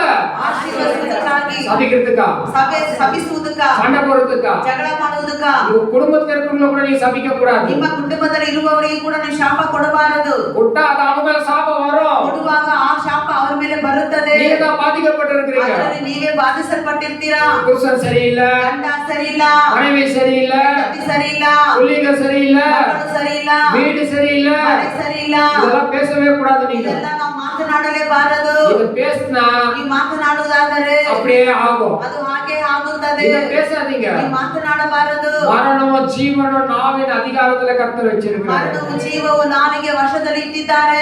ஹalleluya. ಹಲ್ಲೆಲೂಯಾ. நான் ஜீவனை பேசுங்க. ನಾ ಯಾವಾಗಲೂ ಜೀವವನ್ನು ಮಾತನಾಡೋಣ. ஒரு ஆமென் சொல்லாமா? ಆಮೆನ್. வர இங்க வாசிச்சோம். ನಾನು ಓದುತ್ತೇವೆ 9வது வசனத்தை. 9ನೇ ವಚನದಲ್ಲಿ தீமைக்கு தீமையும் ನಾವು ಅಪಕಾರಕ್ಕೆ ಅಪಕಾರವನ್ನು, உதாசீனத்தை சரி காட்டாம ನಾವು ಅಪಕಾರಕ್ಕೆ ಅಪಕಾರವನ್ನು, ನಿಂದನೆಗೆ அதற்கு ನಿಂದನೆ பதிலாக ಅದಕ್ಕೆ ಬದಲಾಗಿ நீங்கள் ஆசீர்வாதத்தை ನೀವು ಆಶೀರ್ವಾದವನ್ನು சுதந்தரிக்கும்படி ಅದನ್ನು ಸ್ವಂತ ಮಾಡಿಕೊಳ್ಳುವುದಕ್ಕಾಗಿ அழைக்கப்பட்டவர்கள் என்று ನೀವು ಕರೆಯಲ್ಪಟ್ಟಿದ್ದೀರಾ நீங்கள் ಎಂದು அறிந்து ನೀವು ಅರಿತು மற்றவர்களை ஆசீர்வதிங்க. ನೀವು ಮತ್ತೊಬ್ಬರನ್ನು ಆಶೀರ್ವದಿಸಿರಿ. மறுபடியும் யாரும் ஆசீர்வதிங்களா? தமிழ்ல ತಮಿಳಲ್ಲಿ ಅದನ್ನು ಓದಬಹುದು. தீமைக்கு தீமையா உதாசனத்துக்கு உதாசனத்தையும் சரி கட்டாமல் அதற்கு பதிலாக நீங்கள் ஆசீர்வாதத்தை சுதந்திரித்துக் கொள்ளும்படி அழைக்கப்பட்டிருக்கிறவர்கள் என்று அறிந்து ஆசீர்வதியுங்கள். ಆಮೆನ್. ನಾವು ಎದಕ್ಕಾಗ ಅழைக்கப்பட்டிருக்கிறோம்? ನಾವು ಯಾವುದಕ್ಕಾಗಿ ಕರೆಯಲ್ಪಟ್ಟಿದ್ದೇವೆ? ಆಶೀರ್ವಾದಕ್ಕೆ ಸುಗಂಧನಿக்கிறதுக்கு. ಆಶೀರ್ವಾದವನ್ನ ಸ್ವತಂತ್ರ ಬಾಧ್ಯವಾಗಿ ಮಾಡಿಕೊಳ್ಳುವುದಕ್ಕೆ. நமக்கு இருக்கிற ஆசீர்வாதத்தை அழிக்கிறதுக்காக நாம் பிறந்திருக்கிறோம். ನಮಗಿರುವ ಆಶೀರ್ವಾದವನ್ನು ನಾಶ ಮಾಡೋದಕ್ಕಾಗಿ ನಾವು ಹುಟ್ಟಿದ್ದೇವೆ. சில இருக்கிறாங்க குடும்பத்துல. ಕೆಲವರು ಇದ್ದಾರೆ ಕುಟುಂಬದಲ್ಲಿ. இருக்கிறதெல்லாம் வித்து வித்து வித்து ತಿನ್ನು ஒண்ணு மேல நடுத்தருக்கு வந்துருவாங்க. ಇರೋದೆಲ್ಲ ಮಾರಿ ಮಾರಿ ಮಾರಿ ತಿಂದು ತಿಂದು ಮತ್ತೆ ಏನಿಲ್ಲದ ನಡು ಬೀದಿಗೆ ಬಂದಿರ್ತಾರೆ. சில பேர் நம்ம ಆಶೀರ್ವಾದ ಸುಗಂಧನಿக்கணும். ಕೆಲವರು ನಾವು ನಮ್ಮ ಆಶೀರ್ವಾದವನ್ನು ಭಾಗ್ಯದಾಯಕವಾಗಿ ದರಿದ್ರ இருக்கக்கூடாது. ಏನು ಇಲ್ಲದೆ ದರಿದ್ರದಲ್ಲಿ ಇರುವವರಾಗಿ ಅದು ಸಾಕ್ಷಿ கிடையாது. ಅದು ಸಾಕ್ಷಿನೇ ಅಲ್ಲ. ಅದಕ್ಕಾக ಮೊಲ್ಲ ಮಾರಿತನ ವಡ್ಡಿ ಕೊಟ್ಟು வாங்கி ஏமாத்தி அந்த மாதிரி எல்லாம் பண்ணக்கூடாது. ಅದಕ್ಕಾಗಿ ಬಡ್ಡಿಗೆ ಬಿಟ್ಟು ಅದು ಮೋಸ ಮಾಡಿ ಅದು ಮಾಡಿ ಇದು ಮಾಡಿ ಆ ರೀತಿ ಮೋಸದ ದಾರಿಗೆ ಹೋಗಿ ಸಂಪಾದನೆ ಮಾಡಬಾರದು. ಕ್ರಿಸ್ತುವಿನ ಮಹಿಮೆಯಲ್ಲಿ இருக்கிற ಆಶೀರ್ವಾದத்தை நாம் சுதந்தரிக்கிறவர்களாக ಮಹಿಮೆಯಲ್ಲಿ ಇರುವ ಆಶೀರ್ವಾದವನ್ನು ಹೊಂದಿರುವ ಭಾಗ್ಯದಾಯಕರಾಗಿ ನಾವಿರಬೇಕು. ಅದಕ್ಕಾக ಅழைக்கப்பட்டிருக்கிறோம். ಅದಕ್ಕೋಸ್ಕರನೇ ಕರೆಯಲ್ಪಟ್ಟಿದ್ದೇವೆ. நாம் தெரிந்து கொள்ளப்பட்டிருக்கிறோம். ಅದಕ್ಕಾಗಿ ನಾವು ಆರಿಸಲ್ಪಟ್ಟಿದ್ದೇವೆ. ஒவ்வொருத்தரும் அறிந்து கொண்டிருக்கணும். ಇದನ್ನು ಪ್ರತಿಯೊಬ್ಬರು ಅರಿತುಕೊಂಡಿರುವವರು. அறியாத யாரும் இருக்கவே கூடாது. அறிಯದವರಾಗಿ ಯಾರು ಇರಬಾರದು. நான் எதுக்காக அழைக்கப்பட்டிருக்கிறேன்? ನಾನು ಯಾವುದಕ್ಕಾಗಿ ಕರೆಯಲ್ಪಟ್ಟಿದ್ದೇನೆ? ஆசீர்வதிக்கிறதுக்கு. ಮತ್ತೊಬ್ಬರನ್ನು ಆಶೀರ್ವದಿಸುವುದಕ್ಕಾಗಿ. ஆசீர்வதிச்சு கிறிஸ்துவின் ஆசீர்வாதத்தை சுதந்தரிக்கிறதுக்கு. ನಾನು ಆಶೀರ್ವದಿಸಿ ಕ್ರೈಸ್ತನ ಆಶೀರ್ವಾದವನ್ನು ನಾನು ಹೊಂದುವವಳಾಗಿರಬೇಕು. எடுத்துக்கொள்ளலாம் நீதிமொழிகள் ನೀತಿ ಜ್ಞಾನೋಕ್ತಿಗಳನ್ನು ತೆಗೆದುಕೊಳ್ಳೋಣ. 25ஆம் அதிகாரம் ಜ್ಞಾನೋಕ್ತಿಗಳು 25ನೇ ಅಧ್ಯಾಯ 21. உன் சத்துரு பசியாயிருந்தால் அவனுக்கு புசிக்க ஆகாரம் கொடு, அவன் தாகமாய் இருந்தால் குடிக்க தண்ணீர் கொடு. அதனால் நீ அவன் தலை மேல் எரிகிற தழல்களை குவிப்பாய், கர்த்தர் உனக்கு பலனளிப்பார். ஆமென். ஹalleluya. ஹalleluya. நாங்க வாசிக்கிறோம் 21வது வசனத்துல 21ನೇ ವಚನದಲ್ಲಿ ಓದುತ್ತೇವೆ. சத்துரு பசியா இருக்கானா? ನಿನ್ನ ವೈರಿ ಹಸಿವಾಗಿದ್ದಾರಾ? அவனுக்கு புசிக்கிறதுக்கு நீ என்ன செய்யணுமா? ಅವನು ಊಟ ಮಾಡೋದಕ್ಕೆ ನಾವು ಏನು ಮಾಡಬೇಕು? ஆகாரம் கொடு. ನೀವು ಆಹಾರ ಅನ್ನವಿಡಬೇಕು. ஹalleluya. ಹಲ್ಲೆಲೂಯಾ. சத்துரு பசியா இருந்தா அவனுக்கு ஆகாரம் கொடு. ನಿನ್ನ ವೈರಿಗಳು ಶತ್ರುಗಳು ಹೊಟ್ಟೆ ಹಸಿವಿನಲ್ಲಿದ್ದರೆ ಆತನಿಗೆ ಊಟವನ್ನು ಆಹಾರವನ್ನು ಕೊಡು. யாரையும் சபிக்காதீங்க. ಯಾರನ್ನು ನೀವು ಶಪಿಸಬಾರದು. யாரையும் நீங்க குறை சொல்ல வேண்டாம். ಯಾರನ್ನು ನೀವು ಕೊರತೆ ಹೇಳಬಾರದು. ஹalleluya. ಹಲ್ಲೆಲೂಯಾ. சத்துரு பசியா இருந்தா ನಿನ್ನ ವೈರಿ ಹೊಟ್ಟೆ ಹಸಿವಿನಲ್ಲಿದ್ದರೆ அவனுக்கு ஆகாரம் நீங்க கொடுங்க. ಆತನಿಗೆ ಆಹಾರವನ್ನು ನೀನು ಕೊಡು. ஒரு வாசிக்கலாமா? யோபா 4ல போறோம். ಯೋಹಾನ 4ರಲ್ಲಿ ನಾವು சீக்கிரம் ಓದುತ್ತೇವೆ. ஒரு வசனத்தை நான் காமிச்சு கொடுத்துட்டே வரேன். ನಾನು ಒಂದು ವಚನವನ್ನು ನಿಮಗೆ ತೋರಿಸಿ ಕೊಡುತ್ತಾ ಬರ್ತೀನಿ. யோபா 4ஆம் அதிகாரம் ಯೋಹಾನ 4ನೇ ಅಧ್ಯಾಯ 34வது வசனம். 34ನೇ ವಚನ. இயேசு அவர்களை நோக்கி, இயேசு அவர்களை நோக்கி, நான் என்னை அனுப்பினவருடைய சித்தத்தின்படி செய்து ஆ அவருடைய கிரியை முடிப்பதே என்னுடைய போஜனமாய் இருக்கிறது. அவருடைய கிரியை செய்து முடிப்போதே எனக்கு ಭೋಜನமா இருக்கிறது. ನನ್ನ ದೇವರಾದ ತಂದೆಯ ಚಿತ್ತವನ್ನು ಮಾಡುವುದೇ ಕೆಲಸವನ್ನು ಪೂರೈಸುವುದೇ ನನ್ನ ಆಹಾರವಾಗಿದೆ. பசி இருக்கு, சாப்பாடு வேணும். ಯೇಸು ಸ್ವಾಮಿಗೆ ಹೊಟ್ಟೆ ಹಸಿವಾಯ್ತು, ಆತನಿಗೆ ಆಹಾರ ಊಟ ಬೇಕಾಗಿದೆ. ಶಿಷ್ಯರೆಲ್ಲ ಪಟ್ಟಣಕ್ಕೆ போயிட்டாங்க. ಆ ಶಿಷ್ಯರೆಲ್ಲ ಊಟ ತಗೊಂಡ್ಬರೋದಕ್ಕೆ ಪಟ್ಟಣಕ್ಕೆ ಯೇಸು ಹೋದರು. ಸ್ವಾಮಿಗೆ சாப்பாடு வாங்கிட்டு வரதுக்கு. ಯೇಸು ಸ್ವಾಮಿಗೆ ಊಟವನ್ನು ತಗೊಂಡ್ಬರೋದಕ್ಕೆ உச்ச வெயில் நேரத்துல ಮಧ್ಯಾಹ್ನ ಒಂದು ಬಿಸಿಲಿನ ಸಮಯದಲ್ಲಿ அங்க ஒரு சமாரியா பெண் வரா. ಅಲ್ಲಿ ಒಂದು ಸಮಾರಿಯ ಹೆಂಗಸು அந்த ಬರುತ್ತಿದ್ದಾರೆ. உச்ச வெயில் நேரத்துல யாரும் தண்ணிக்கெல்லாம் வர மாட்டாங்க. ಆ ಒಂದು ಮಧ್ಯಾಹ್ನದ ಬಿಸಿಲಿನ ಸಮಯದಲ್ಲಿ ಯಾರು ನೀರು ತಗೊಳ್ಳೋದಕ್ಕೆ ಬರುವುದಿಲ್ಲ. நம்ம பசங்களுக்கே சொன்னா ನಮ್ಮ ಮಕ್ಕಳಿಗೆ காலையில சொல்லுவாங்க, தண்ணியில போங்கடா வாங்கி குடிச்சிட்டு வாங்க சொல்லுவோம். ನಾವು ಹೋಗಪ್ಪ ಕುಡಿಯಕ್ಕೆ ನೀರಿಲ್ಲ, ಕ್ಯಾನ್ ತಗೊಂಡು ನೀರು ಹಿಡ್ಕೊಂಬ ಅಂತ சொல்லி ಹೇಳ್ತಾರೆ. சொல்லி அப்படியே டைம் போயிடும். ಹೇಳಿ ಹೇಳಿ ಹೇಳಿ ಹೇಳಿ ಹಾಗೆ ಸಮಯ ಹೋಗ್ಬಿಡುತ್ತದೆ. ஒரு வேலை அதை முடிச்சிட்டு போறான்னு வாங்க. ಈ ಕೆಲಸ ಇದೆ ನಾನು ಮುಗಿಸಿ ಹೋಗುತ್ತೇನೆ ಅಂತ ಹೇಳ್ತಾ மத்தியானம் ஆயிடும். ಅದು ಸಾಯಂಕಾಲ ಆಗ್ಬಿಡುತ್ತದೆ. நாம யோசிப்போம், மத்தியானத்துல வெயில் எங்க அனுப்புறது? ಈ ಮಧ್ಯಾಹ್ನ ಆಗೋಯ್ತಾರ, ಇನ್ನೆಲ್ಲಿ ಇವ್ರನ್ನ ಕಳ್ಸೋದಂತ ಯೋಚನೆ சாயங்காலம் போய் எடுத்துக்கலாம். ಸಂಜೆ ಹೋಗಿ ತಗೊಳ್ಳೋಣ. நாமளே அப்படி யோசிக்கிறோம். ನಾವೇ ಆ ರೀತಿ ಯೋಚನೆ ಮಾಡುತ್ತೇವೆ. அந்த நேரத்துல யாரும் அவங்க கிணறுல தண்ணி எடுக்க வர மாட்டாங்க. ನೋಡಿ, ಆ ಒಂದು ಸಮಯದಲ್ಲಿ ಯಾರು ಬಾವಿಯಲ್ಲಿ ನೀರು ತೊಡೋದಕ್ಕೆ ಬರುವುದಿಲ್ಲ. யாரும் இருக்க மாட்டாங்கன்னு தெரிஞ்சுதான் அந்த சமரியா பெண்ணு அங்க வரா. ಯಾರು ಈ ಸಮಯದಲ್ಲಿ ಇರುವುದಿಲ್ಲ ಅಂತ ಅರಿತುಕೊಂಡು ಆಕೆ ಆ ಬಾವಿಯ ಬಳಿಗೆ ನೀರು ತಗೊಳ್ಳಕ್ಕೆ ಬರ್ತಿದ್ದಾಳೆ. நடந்த சம்பவம் எல்லாம் நமக்கு தெரியும். ಆದ್ರೆ ಅಲ್ಲಿ ನಡೆದ ಘಟನೆ ಎಲ್ಲ ನಮಗೆ ಗೊತ್ತಿದೆ. ಶಿಷ್ಯರು ಅದಕ್ಕೆಲ್ಲ வந்துட்டாங்க. ಶಿಷ್ಯರ ಅಷ್ಟರೊಳಗಡೆ ಬಂದರು. வந்துட்டு அவருக்கு சாப்பாடு கொடுக்குறாங்க. ಆ ಶಿಷ್ಯರು ಅವರಿಗೆ ಊಟವನ್ನು ಕೊಡುತ್ತಿದ್ದಾರೆ. இந்த இது எனக்கு ஆகாரம் கிடையாது. ಆಗ ದೇವರು ಹೇಳುತ್ತಿದ್ದಾರೆ, ಇದು ನನಗೆ ಮುಖ್ಯವಾದ ಆಹಾರವಲ್ಲ, பிதாவின் சித்தத்தை செய்யறதுதான் எனக்கு ஆகாரம். ನನ್ನ ತಂದೆಯಾದ ದೇವರ ಆಸೆಯನ್ನು ಪೂರೈಸುವುದೇ, ಚಿತ್ತವನ್ನು ಮಾಡುವುದೇ ನನಗೆ ನಿಜವಾದ ಆಹಾರವಾಗಿದೆ. ಆಗಿದೆ. இயேசு பிதாவின் சித்தத்தை அவர் செய்து முடிச்சு தவறாம செய்து முடிச்சார். ಯೇಸು ಸ್ವಾಮಿ ತನ್ನ ತಂದೆಯಾದ ದೇವರನ್ನ ಚಿತ್ತವನ್ನು ಆತನು ಒಂದು ತಪ್ಪಿಸಿಕೊಳ್ಳದೆ ಎಲ್ಲವನ್ನು ಮಾಡಿ ಮುಗಿಸಿದನು. எல்லா தேவன் நமக்கு ஒரு மாதிரியாய் வைத்து போயிருக்கிறார். ದೇವರು ಎಲ್ಲವನ್ನು ನಮಗೆ ಮಾದರಿಯಾಗಿ ಇಟ್ಟು ಹೋಗಿದ್ದಾರೆ. வேதத்தை அதிகமா படிங்க. ಆದುದರಿಂದ ಸತ್ಯ ವೇದವನ್ನು எவ்வளவு படிக்கிறீங்களோ ಸತ್ಯ ವೇದವನ್ನು ಎಷ್ಟು ಹೆಚ್ಚಾಗಿ அவ்வளவு நீங்க சத்தியத்தை அறிவீங்க. ಅಷ್ಟಕ್ಕೆ ಅಷ್ಟು ನೀವು ಸತ್ಯವನ್ನು ಅರಿತುಕೊಳ್ಳುವಿರಿ. போன மாதம் ஒரு சகோதரி சொன்னாங்க, ಒಂದು ತಿಂಗಳ ಒಂದು ಸಹೋದರಿ ಹೇಳಿದ್ರು, பாஸ்டர் நீங்க மத்தேயு புத்தகம் எல்லாம் படிச்சிட்டு வரணும்னு சொன்னீங்க. ಪಾಸ್ಟರ್ ನೀವು ಮತ್ತೇಯು ಪುಸ್ತಕ ಪೂರ್ತಿಯಾಗಿ ಓದಿ ಬರಬೇಕು ಅಂತ படிச்சு எழுதணும்னு சொன்னீங்க. ನೀವು ಓದಿ ಬರೆಯಬೇಕಂತ படிச்சு ஒவ்வொரு ஹெட்லைன்ஸ் எழுதிட்டேன். ನಾನು ಓದಿ ಒಂದೊಂದು ಮುಖ್ಯಾಂಶವಾಗಿ ಬರೆದಿದ್ದೇನೆ.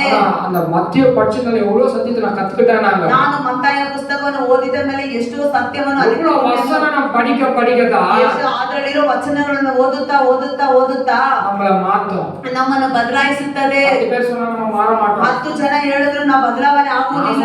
நீங்க மாற போறதில்ல. ನಾನು ಹೇಳುವುದಾದ್ರೂ ನೀವು ಬದಲಾವಣೆ ಆಗುವುದಿಲ್ಲ. ವಚನத்தை ನೀ படிச்சாலே அறிந்தாலே ಆದ್ರೆ ಆ ವಚನವನ್ನು ನೀವಾಗಿ ನೀವು ನಿಮಗಾಗಿ ಓದುವಾಗ உங்களுக்குள்ள மாற்றத்தை நீங்களே பார்ப்பீங்க. ಆಮೇಲೆ ನಿಮ್ಮ ಒಳಗಡೆ ನಿಮಗಾಗಿರುವ ಬದಲಾವಣೆಯನ್ನು ನೀವು ತಿಳಿದುಕೊಳ್ಳುವಿರಿ. ஊழியத்துக்கு வந்த புதுசுல ಸೇವೆಗೆ ಬಂದಂತ ಹೊಸದ್ರಲ್ಲಿ நான் வேலை செய்யற இடத்துல ನಾನು ಪಾಸ್ಟ್ ಕೆಲಸ ಮಾಡುವಂತ ಜಾಗದಲ್ಲಿ அப்ப வீட்ல தான் ஆரம்பிச்ச ஊழியம். ನಾವು ಮನೆ ಒಳಗಡೆ ಪ್ರಾರಂಭ ಮಾಡಿದ சபை ಸೇವೆ. ஊழியம் அப்ப இல்ல. ಆಗ ಸಭೆ ಸೇವೆ ಇಲ್ಲ.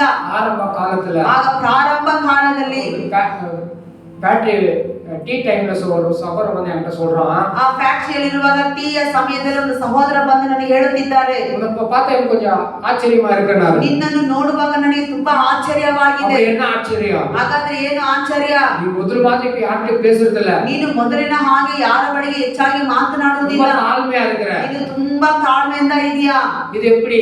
ಇದು ಹೇಗೆ ಸಾಧ್ಯ? திடீர்னு எப்படி ஒரு மாற்றம் வருது? ಹೇಗೆ ಇದು ಸಡನ್ ಆಗಿ ಒಂದು ಬದಲಾವಣೆ? அப்ப அதுக்கு முன்ன நான் எப்படி இருந்தானா, ಹಾಗಾದ್ರೆ ಅದಕ್ಕೆ ಮುಂಚೆ ನಾನು ಹೇಗಿದ್ದೆ ಅಂದ್ರೆ வேலை செய்யறத நிறைய பேசுவோம். ಕೆಲಸ ಮಾಡುವಂತ ಜಾಗದಲ್ಲಿ ತುಂಬಾ ಮಾತನಾಡುವವನಾಗಿದ್ದೆ. எங்களுக்கு ஒரு வேலை ஆகணும்னா ನಮಗೆ ಒಂದು ಕೆಲಸ ಆಗಬೇಕಂದ್ರೆ கீழ இருக்கிறவங்கள நாங்க மிரட்டுவோம். ನಮ್ಮ ಕೆಳಗಡೆ ಇರುವವರನ್ನ ಗದರಿಸ್ತಾ அதை செய், ಇದ್ವಿ. ಹೋಗು ಅದನ್ನ ಮಾಡು, இதை செய், ಹೋಗಿ ಇದನ್ನ ಮಾಡು, ஷோரூம்ல போய் அந்த மெட்டீரியல் கொண்டு வா, ಶೋರೂಮ್ ಅಲ್ಲಿ ಹೋಗಿ ಆ ಮೆಚ್ಚರ್ ತಗೊಂಬ. அந்த மாதிரி மிரட்டி மிரட்டி வேலை வாங்கி வேலை முடிச்சு கொடுப்போம். ಆ ರೀತಿ ನಾವು ಭಯಪಡಿಸಿ ಗದರಿಸಿ ಬೆದರಿಸಿ ಅವರಿಗೆ ಕೆಲಸ ಮಾಡಿ ಆ ಕೆಲಸವನ್ನು ನಾವು ಮಾಡುವಂತ ಕೆಲಸ ಮುಗಿಸ್ತಾ ಇದ್ವಿ. ஊழியம் ஸ்டார்ட் பண்ண ஆரம்பத்துல நிறைய பைபிள் படிக்க ஆரம்பிச்சோம். ನಾನು ಸೇವೆ ಪ್ರಾರಂಭವಾದ ಅಂತ ಒಂದು ಕಾಲದಲ್ಲಿ ಸತ್ಯವೇದವನ್ನು ಹೆಚ್ಚಾಗಿ ಓದುವುದಕ್ಕೆ ಪ್ರಾರಂಭಿಸಿದೆ. எனக்குள்ள ஒரு மாற்றம் வந்திருக்கிறது எனக்கே தெரியல. ಹಾಗಾದ್ರೆ ನನ್ನ ಒಳಗಡೆ ಒಂದು ಬದಲಾವಣೆ ಬಂದಿರುವುದು ಅದು ನನಗೆ ಗೊತ್ತಿಲ್ಲ. அப்போ அவங்க மற்றவங்களுக்கு சொல்றாங்க, ಹಾಗಾದ್ರೆ ಆಗ ಮತ್ತೊಬ್ಬರು ನಮಗೆ ಹೇಳುತ್ತಿದ್ದಾರೆ, ஹalleluya, ஹalleluya. பிதாவின் சித்தத்தை ஒவ்வொருத்தரும் செய்யும் பொழுது, ತಂದೆಯ ಚಿತ್ತವನ್ನು ಪ್ರತಿಯೊಬ್ಬರು ಮಾಡುವಾಗ, அதன்படிக்கு நடக்கும் பொழுது, ಅದರ ಪ್ರಕಾರವೇ ನಾವು ನಡೆಯುವಾಗ, உங்களை பார்க்கிற ஒவ்வொரு மனுஷனும் ಆಮೇಲೆ ನಿಮ್ಮನ್ನು ನೋಡುವಂತ ಪ್ರತಿಯೊಂದು ಮನುಷ್ಯನು உங்களுக்குள்ள இருக்கிற இயேசுவை அவன் பார்ப்பான். ಆಮೇಲೆ ನಿಮ್ಮ ಒಳಗಡೆ ಇರುವ ಯೇಸುವನ್ನು ಅವರು ನೋಡುವವರಾಗಿ. ஹalleluya. ஹalleluya. வாசிங்க ஒரு இன்னொரு வசனத்தை. ಇನ್ನೊಂದು ವಚನವನ್ನು ನಾವು ಓದೋಣ. அப்போஸ்தலர் 16வது அதிகாரம் ಅಪೊಸ್ತಲರ 14ನೇ ಅಧ್ಯಾಯ 25வது வசனம். 25ನೇ ವಚನ. அப்போஸ்தலர் 16:25. ಅಪೊಸ್ತಲರ ಕೃತ್ಯಗಳು 16:25. நடுராத்திரிலே பவுலும் சீலாவும் ஜெபம் பண்ணி தேவனை துதித்து பாடினார்கள். காவலில் வைக்கப்பட்டவர்கள் அதை கேட்டுக் கொண்டிருந்தார்கள். சடுதிலே சிறைசாலையில் அஸ்திபாரங்கள் அசையும்படியாக பூமி மிகவும் அதிர்ந்தது. உடனே கதவுகள் எல்லாம் திறந்தது. எல்லாருடைய கட்டுகளும் கலன்று போயிற்று. சரி சரிம்மா. பாருங்க அங்க ನೋಡಿ ಅಲ್ಲಿ அப்போஸ்தலனாகிய பவுலும் சீலாவும் ಅಪೊಸ್ತಲನಾದ ಪೌಲನು ಶೀಲನು அவங்க நடந்துட்டு போயிட்டு இருக்காங்க. ಅವರು ನಡ್ಕೊಂಡು ಹೋಗುತ್ತಿದ್ದಾರೆ. அவங்க இஷ்டமா போல, ಅವರು ಇಷ್ಟವಾಗಿ ಹೋಗಲಿಲ್ಲ, தேவ சித்தத்தின்படி தான் போறாங்க. ದೇವರ ಚಿತ್ತ ಪ್ರಕಾರವೇ ಹೋಗುತ್ತಿದ್ದಾರೆ. எவ்வளவு பேர் கேட்டிருக்கீங்க? ಎಷ್ಟು ಜನ ಇದ್ರ ಬಗ್ಗೆ ಕೇಳಿದ್ದೀರಾ? அவங்க விருப்பம் போல அவங்க போல ஊழியத்துக்கு, ಅವರ ಇಷ್ಟ ಪ್ರಕಾರ ಸೇವೆಗೆ ಅಲ್ಲಿ ಹೋಗಲಿಲ್ಲ. தேவ சித்தத்தின்படி அவங்க போயிட்டு இருக்காங்க ஊழியத்துக்கு. ದೇವರ ಚಿತ್ತ ಪ್ರಕಾರ ಅಲ್ಲಿ ಸೇವೆಗೆ ಹೋಗುತ್ತಿದ್ದಾರೆ. இதுல ஒரு குறி சொல்ற ஆவி, ಎದುರಲ್ಲಿ ಒಂದು ಗುರಿ ಹೇಳುವಂತ, அதுக்குள்ள இருக்கிற பிசாசை தொடுத்துட்டாங்கன்னு சொல்லி ಅದರ ಒಳಗಡೆ ಇರುವ ದುರಾತ್ಮವನ್ನು ಓಡಿಸಿದ್ರು ಅಂತ ಹೇಳಿ அவனுடைய எஜமான் போய் அரசாங்கத்துல கம்ப்ளைண்ட் பண்ணிட்டு ಆತನ ಯಜಮಾನನು ಹೋಗಿ ಆ ಗವರ್ಮೆಂಟ್ ಗೆ ಕಂಪ್ಲೇಂಟ್ ಹೇಳಿ சிறைச்சாலையில போட்டாங்க. ಅವರನ್ನು ಪೌಲನು ಸೆರೆಮನೆಗೆ ಹಾಕಿದರು. சிறைச்சாலையில கால் கட்டப்பட்டிருக்குது, ಈಗ ಸೆರೆಮನೆಯಲ್ಲಿ ಪೌಲನಿಗೆಲ್ಲ ಕಾಲು கை ಕಟ್ಟಲ್ಪಟ್ಟಿದೆ, கட்டப்பட்டிருக்குது, ಕೈ ಕಟ್ಟಲ್ಪಟ್ಟಿದೆ, அவங்க வாய் கட்டப்படவே இல்லை. ಆದರೆ ಅವರ ಬಾಯಿಗಳು ಕಟ್ಟಲ್ಪಡಲಿಲ್ಲ. அந்த சூழ்நிலையிலையும் ನೋಡಿ ಅಂತ ಒಂದು ಪರಿಸ್ಥಿತಿಯಲ್ಲೂ தேவனை மகிமைப்படுத்துறோம். ದೇವರನ್ನು ಮಹಿಮೆ ಪಡಿಸಿದರು. ஹalleluya. ஹalleluya. சபைக்கு ஒவ்வொரு ஒவ்வொரு வாரமும் சொல்றேன். ನಾನು ಸಭೆಗೆ ಒಂದೊಂದು ವಾರ ಹೇಳುತ್ತಿದ್ದೇನೆ. சரியா 10 மணிக்கு வந்து தேவனை ஆராதிங்க. ಸರಿಯಾಗಿ 10 ಗಂಟೆಗೆ ಬಂದು ದೇವರನ್ನು தேவன் ಆರಾಧಿಸಿ. நம்மை வாரமெல்லாம் பாதுகாக்கிறாரு. ದೇವರು ಈ ವಾರವೆಲ್ಲ ನಮ್ಮನ್ನು ಕಾದು ಕಾಪಾಡುತ್ತಾ நம்ம ಇದ್ದಾರೆ. நம்ம ஆராதனை தேவனை மகிமைப்படுத்தலன்னா ನಾವು ಆರಾಧನೆ ದೇವರನ್ನು ಮಹಿಮೆ ಪಡಿಸಲಿಲ್ಲ ಅಂದರೆ அது நல்லது அல்ல. ಅದು ಒಳ್ಳೆಯದಲ್ಲ. அந்த காலத்துல ஒரு வீட்டுக்கு போனேன். ಈ ಕಾಲದಲ್ಲಿ ಒಂದು ಮನೆಗೆ ಹೋದೆ. ஒரு பொண்ணுங்க அந்த சாக்லேட் கொடுத்தோம். ಒಂದು ಮಗುಗೆ ಚಾಕ್ಲೇಟ್ ಕೊಟ್ವಿ. அப்புறமா ஒரு கிஃப்ட்டும் கொடுத்தோம். ಒಂದು ಗಿಫ್ಟ್ ಕೊಟ್ವಿ. ஏன்னா நீங்க பர்த்டே அந்த பொண்ணுக்கு. ಯಾಕಂದ್ರೆ ಆವತ್ತು ಹುಟ್ಟುದಬ್ಬ ಮಗಳಿಗೆ. அப்ப அந்த அவங்க ಅಮ್ಮ சொல்றாங்க, ಆಗ ಅವರ ಅಮ್ಮನವರು ಹೇಳುತ್ತಿದ್ದಾರೆ, அங்கிளுக்கு ಥ್ಯಾಂಕ್ಸ್ சொல்லு. ಅಂಕಲ್ಗೆ ಥ್ಯಾಂಕ್ಸ್ ಹೇಳು. என்ன சொல்ல? ಏನ್ ಹೇಳು? நன்றி சொல்லு. ಅದೇ ಕೃತಜ್ಞತಾ ಸುದ್ದಿಗಳನ್ನು நம்ம ಹೇಳು. பிள்ளைகளுக்கு கத்து கொடுக்கிறோம். ನಮ್ಮ ಮಕ್ಕಳಿಗೆ ನಾವು ಅದನ್ನು அப்ப ಹೇಳಿಕೊಡುತ್ತೇವೆ. வாரமெல்லாம் பாதுகாத்த ஆண்டவருக்கு ಹಾಗಾದ್ರೆ ವಾರವೆಲ್ಲ ಕಾದಂತ ದೇವರಿಗೆ நம்ம ಥ್ಯಾಂಕ್ಸ್ சொல்றது வேண்டாமா? ನಾವು ಥ್ಯಾಂಕ್ಸ್ ಹೇಳುವುದು ಬೇಡವಾ? வாங்க சரியான நேரத்துக்கு வந்து அவரை ஆராதிங்க. ಬನ್ನಿ ಬನ್ನಿ, ಸರಿಯಾದ ಸಮಯಕ್ಕೆ ಬಂದು ಆತನನ್ನು ಆರಾಧನೆ ಮಾಡಿ. சூழ்நிலைகள் பார்க்காதீங்க. ನಿಮ್ಮ ಪರಿಸ್ಥಿತಿಗಳನ್ನು ನೀವು ನೋಡಬೇಡಿ. அது தேவ சித்தம் இல்ல. ಅದು ದೇವರ ಚಿತ್ತವೇ ಅಲ್ಲ. ನಾವು சரியான ಸಮಯಕ್ಕೆ தேவனை ஆராதிப்பதுதான் தேவ சித்தமா ನಾವು இருக்கிறது. ಸರಿಯಾದ ಸಮಯಕ್ಕೆ ಬಂದು ದೇವರನ್ನು ಆರಾಧಿಸುವುದೇ ದೇವರ ಚಿತ್ತವಾಗಿದೆ. நீங்க ஆராதிக்கும் போது இங்க தேவன் இல்லன்னு நினைக்கிறீங்களா? ನೀವು ಆರಾಧನೆ ಮಾಡುವಾಗ ದೇವರು ಇಲ್ಲಿ ಇಲ್ಲ ಅಂತ ತಿಳ್ಕೊಂಡಿದ್ದೀರಾ? என் பிள்ளைங்க தேவனை ஆராதிக்கட்டும். ನಾವು ನನ್ನ ಮಕ್ಕಳು ದೇವರ ಆರಾಧನೆ நான் ಮಾಡಲಿ. அப்புறமா வரேன்னு தேவன் வராரா? ನಾನು ಆಮೇಲೆ ಬರುತ್ತೀನಿ ಎಂಬುದಾಗಿ ಹೇಳಿ ದೇವರು ಲೇಟ್ ಆಗಿ எங்க ಬರ್ತಾರೆ. 2 பேரு ಎಲ್ಲಿ ಇಬ್ಬರು 3 பேரு ಮೂವರು என் நாமத்துல பிரஸ்தாபம் பண்றாங்கல்ல, ನನ್ನ ನಾಮವನ್ನು ಪ್ರಸ್ತಾಪ நான் ಪಡಿಸುತ್ತಾರೆ. அங்கே இருப்பேன். ನಾನು ನಡೆದು ಬರುತ್ತೇನೆ. ஹalleluya. ಹಲ್ಲೆಲೂಯಾ. நீங்க 2 பேரும் ஆராதிக்கும் பொழுது ಇಲ್ಲಿ ಇಬ್ಬರು ಮೂವರು ದೇವರ ನಾಮದಲ್ಲಿ ಆರಾಧನೆ அவர் இங்க வந்துறாரு. ಆತನಿಗೆ ಯಾವಾಗಲೂ அவர் ಇங்க இருக்கிறாரு. ಅಲ್ಲಿ ಇಲ್ಲಿ ಇಲ್ಲೇ ಇದ್ದಾರೆ. நாம சீக்கிரமா வந்து ನಾವು ಬೇಗನೆ ಬಂದು அவரை ஆராதிக்கணும். ಆತನನ್ನು ಆರಾಧಿಸೋಣ. அதுதான் நம்ம வேலையே. ಅದೇ ನಮ್ಮ ಕೆಲಸವಾಗಿದೆ. அதுல வேற என்ன இருக்குது? ಅದಕ್ಕಿಂತ ಬೇರೆ ಏನಿದೆ? மற்ற காரியங்களை நாம அப்புறமா போய் பார்த்துக்கலாம். ಬೇರೆ ಕಾರ್ಯವನ್ನೆಲ್ಲ ನಾವು ಆಮೇಲೆ ಹೋಗಿ நம்ம ನೋಡಿಕೊಳ್ಳೋಣ. தேவனுக்கு செய்ய வேண்டியது நாம செய்யும் பொழுது ದೇವರಿಗೆ ಮಾಡಬೇಕಾಗಿರುವುದನ್ನು ನಾವು ಮಾಡಬೇಕು. அவர் நமக்கு பிரதிபலன் கொடுக்கிற தேவனாய் ಆತನು ನಮಗೆ இருக்கிறார். ಪ್ರತಿಫಲವನ್ನು ಕೊಡುವಂತವರಾಗಿದ್ದಾರೆ. பவுல் சீலாவோ ಪೌಲು ಶೀಲನು வேதத்துல வாசிக்கிறோம். ಸತ್ಯ ವೇದದಲ್ಲಿ ನಾವು ಓದುತ್ತೇವೆ. காலையில மத்தியானம் அல்ல, ಬೆಳಗ್ಗೆ ಮಧ್ಯಾಹ್ನ ಅಲ್ಲ, சாயங்காலம் ராத்திரி அல்ல, ಸಂಜೆ ರಾತ್ರಿ ಅಲ್ಲ. வேதம் சொல்லுகிறது ಸತ್ಯ ವೇದ ಹೇಳುತ್ತಾ நடு ಇದೆ, ராத்திரியில ಸತ್ಯ ರಾತ್ರಿಯಲ್ಲಿ பவுல் சீலாவோ ಪೌಲನು ಶೀಲನು தேவனை ஜெபம் பண்ணி ದೇವರಿಗೆ ಪ್ರಾರ್ಥನೆ ಮಾಡಿ, பவுல் சீலாவோ ಪೌಲು ಶೀಲನು ஜெபம் பண்ணி ಪ್ರಾರ್ಥನೆ ಮಾಡಿ தேவனை மகிமைப்படுத்தினார்கள். ದೇವರನ್ನು ಮಹಿಮೆ ಪಡಿಸುತ್ತಾ ಇದ್ದರು. காவலில் வைக்கப்பட்டவர்கள் ಆ ಒಂದು ಸೆರೆಮನೆ ಒಳಗೆ ಇಡಲ್ಪಟ್ಟವರು அங்கே கேட்டுக்கொண்டிருந்தார்கள். ಅವರು ಸಹ ಕೇಳುತ್ತಾ ಇದ್ದರು. அடுத்த நொடி வாசிக்கலாமா? ನಾವು ಅದನ್ನು ಓದೋಣ. 26வது வசனம். 26ನೇ ವಚನ. சடிதிலே சிறைசாலையின் அஸ்திபாரங்கள் சடுதியில ಅಕ್ಕ சொல்லுமா, சடுதியில சடிதிலே சிறைசாலையின் அஸ்திபாரங்கள் ஆ அசையும்படியாக பூமி மிகவும் அதிர்ந்தது. சடுதியில சிறைச்சாலை கதவுகள் என்னாச்சோம்? திறக்கப்பட்டது. சடுதியில பூமியெல்லாம் அசைக்க ஆரம்பிச்சது. எதனால? இவர்கள் துதிச்சதுனால. எல்லாரும் ஒரு கரங்களை தட்டி ஆண்டவரை மகிமைப்படுத்துவோமா? ஹalleluya, ஹalleluya. அந்த மியூசிக் கிடையாது. ಅದು ಮ್ಯೂಸಿಕ್ ಯಾವುದು ಇಲ್ಲ. 15, 20, 30 பேர் நிறைய கூட்டமும் கிடையாது. ಅಲ್ಲಿ 15, 20 ಜನಗಳು ಹಾಗೆ ಆ ರೀತಿಯ 2 பேருதான். ಇಬ್ಬರು ಮಾತ್ರವೇ. பவுலும் சீலாவும். ಪೌಲನು ಶೀಲನು. ஒருவேளை அவங்க யோசிச்சிருக்கலாம், ಒಂದು ಮೇಲೆ ಅವರು ಯೋಚನೆ ஆண்டு தான ಮಾಡಿದರು, ஊழியம் காமிச்சாரு, ದೇವರು ತಾನೇ ನಮ್ಮನ್ನು ಸೇವೆಗೆ ஏன் ಕರೆದಿದ್ದು. இவனுக்கு இந்த பாடு, ಯಾಕೆ ನಮಗೆ ಈ ஏன் ಬಾಧೆಗಳು? இவனுக்கு இந்த வேதனை, ಯಾಕೆ ನನಗೆ ஏன் இந்த ವೇದನೆ? அவமானம், ಯಾಕೆ ನನಗೆ ಈ ஏன் இந்த ಅವಮಾನ? சிறைச்சாலை? ಯಾಕೆ ನನಗೆ ಈ ಸೆರೆಮನೆ? ஐயோ, இந்த இயேசுவே வேண்டாப்பா நமக்கு. ಅಯ್ಯೋ, ಯೇಸುವೆ ನನಗೆ ಬೇಡ ಅಂತ இயேசுவை ಹೇಳಿದ. நம்புறதுனால தானே, ಯೇಸುವನ್ನು ನಂಬಿದ್ದರಿಂದ, சர்ச்சுக்கு போறதுனால தானே ಸಭೆಗೆ இந்த ಹೋಗಿದ್ದರಿಂದ பிரச்சனை. ಒಂದು ಸಮಸ್ಯೆ அப்படி சொல்லல, ಆ ರೀತಿ ಹೇಳಲಿಲ್ಲ. அந்த பிரச்சனை எல்லாருக்கும் வரும், ಆ ಸಮಸ್ಯೆ ಎಲ್ಲರಿಗೂ ಬರುತ್ತದೆ. பலவீனம் எல்லாருக்கும் வரும், ಬಲಹೀನತೆ ಎಲ್ಲರಿಗೂ வியாதி ಬರುತ್ತದೆ. எல்லாருக்கும் வரும், ವ್ಯಾಧಿ ಎಲ್ಲರಿಗೂ விசுவாசம் ಬರುತ್ತದೆ. எல்லாரையும் நோக்கி தேடி வருவான். ಆ ಸೈತಾನನು ಎಲ್ಲರೂ ಹುಡುಕಿಕೊಂಡು ஆனா நீங்க அவனை ಬರುತ್ತಾನೆ. துதிச்சு ஆராதிச்சு ஜெபம் பண்ணி அவனை மேற்கொள்ளணும். Amen, amen, amen, amen. ನೀವು ಪ್ರಾರ್ಥನೆ ಮಾಡಿ, ಆರಾಧನೆ ಮಾಡಿ. அதுதான் தேவ சித்தம். ಯೇಸುವವರಾಗಿರಬೇಕು.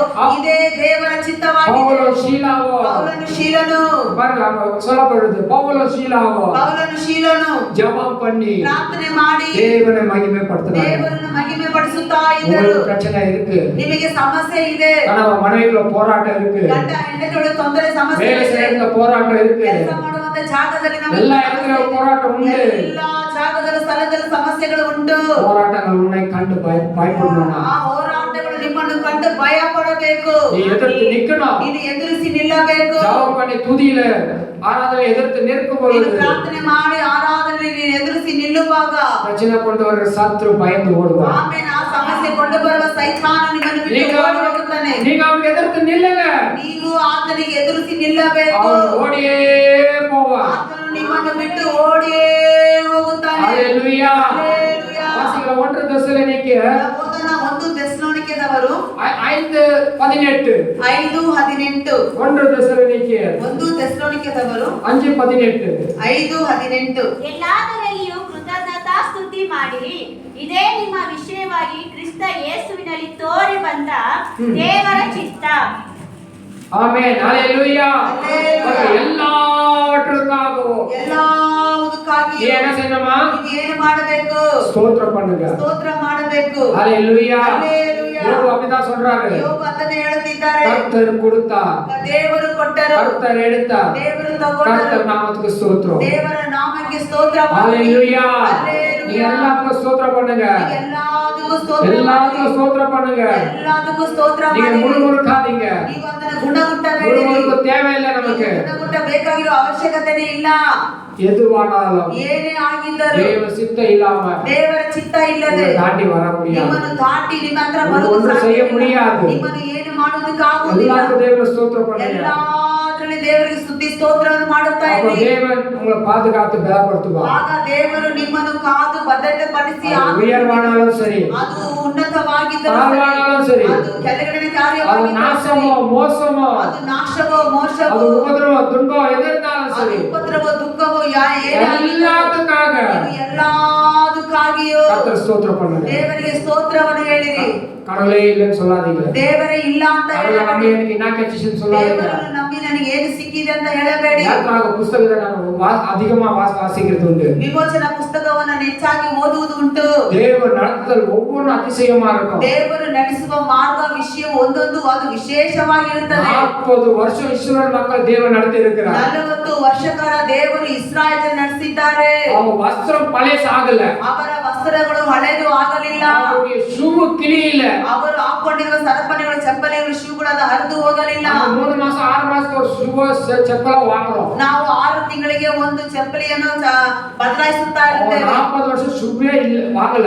ಅವರು 40 ವರ್ಷ ಕಾಲ ಯಾವ ಶೂವನ್ನು ಕೊಂಡ್ಕೊಂಡಿಲ್ಲ. 5 வயசு குழந்தை 45 வயசா மாறி இருக்கும். 5 ವರ್ಷದ ಮಗು 45 ವರ್ಷ ಒಂದು ಯೌವನಸ್ಥಾಗಿ ಮಾರ್ಪಟ್ಟಿರ್ತಾರೆ. 5 வயசு குழந்தைக்கு ஷூ எப்படி இருந்திருக்கும், என்ன சைஸ்ல இருந்திருக்கும்? 5 ವರ್ಷದ ಮಗುವಿನ ಕಾಲಿಗೆ ಶೂ ಎಷ್ಟು ಉದ್ದ ಇರುತ್ತದೆ. அந்த மனுஷன் வளர வளர ಆ ಮನುಷ್ಯನು ಬೆಳೆಯುತ್ತಾ ಬೆಳೆಯುತ್ತಾ ஷூ கூட வளர்ந்திருக்கு. ಅವರ ಸಂಗಡ ಅದರ ಜೊತೆಗೆ ಶೂ ಕೂಡ 40 வருஷம் 40 ವರ್ಷ ಕಾಲ வனாந்தரத்துல ಅರಣ್ಯದಲ್ಲಿ தேவன் அவர்களை சுமந்தார். ದೇವರು ಅವರನ್ನು ಹೊತ್ತುಕೊಂಡು ಬಂದರು. அவர் ரத்தத்துல கல்லப்பட்ட நீங்களும் நானும், ಅವರ ರಕ್ತದಲ್ಲಿ ತೊಳೆಯಲ್ಪಟ್ಟ அவரால் அழைக்கப்பட்ட நீங்களும் நானும். ಆಮೇಲೆ ಆತನಿಂದ ಕರೆಯಲ್ಪಟ್ಟಿರುವ ನೀವು ನಾವು ಸಹ தேவன் நம்மை நடத்த மாட்டாரா? ದೇವರು ನಮ್ಮನ್ನು ನಡೆಸುವುದಿಲ್ಲ. சொல்லுங்க, நம்ம நடத்துவார். ಹೇಳಿರಿ ನಮ್ಮನ್ನು தைரியமா சொல்லுங்க, ನಡೆಸುತ್ತಾನೆ. அவரை நம்மை நடத்துவார். ಧೈರ್ಯವಾಗಿ ಹೇಳಿರಿ ಆತನು ನಮ್ಮ என்ன ನಡೆಸುತ್ತಾನೆ. பிரச்சனை உபத்திரம் வந்தாலும் சரி, ಏನು ಸಮಸ್ಯೆ ಉಪದ್ರವಗಳು ಬಂದರೂ ಸರಿ அவர் நம்மோடு இருக்கிறார். ಆತನು ನಮ್ಮ ಸಂಗಡ ಇದ್ದಾನೆ. சேனைகளின் கர்த்தர் நம்மோடு இருக்கிறார். ಸೇನಾಧೀಶ್ವರನಾದ ಯೆಹೋವನು ನಮ್ಮ ಸಂಗಡ ಇದ್ದಾನೆ. யாக்கோபின் தேவனுக்கு உயர்ந்த அடைக்கலம். ಯಾಕೋಬಿನ ದೇವರು ನಮಗೆ ಗುರಾಣಿಯಾಗಿ தேவனை சார்ந்து வாழுங்க. ದೇವರನ್ನು ಹಾದುಕೊಂಡು ನಾವು ಜೀವಿಸೋಣ.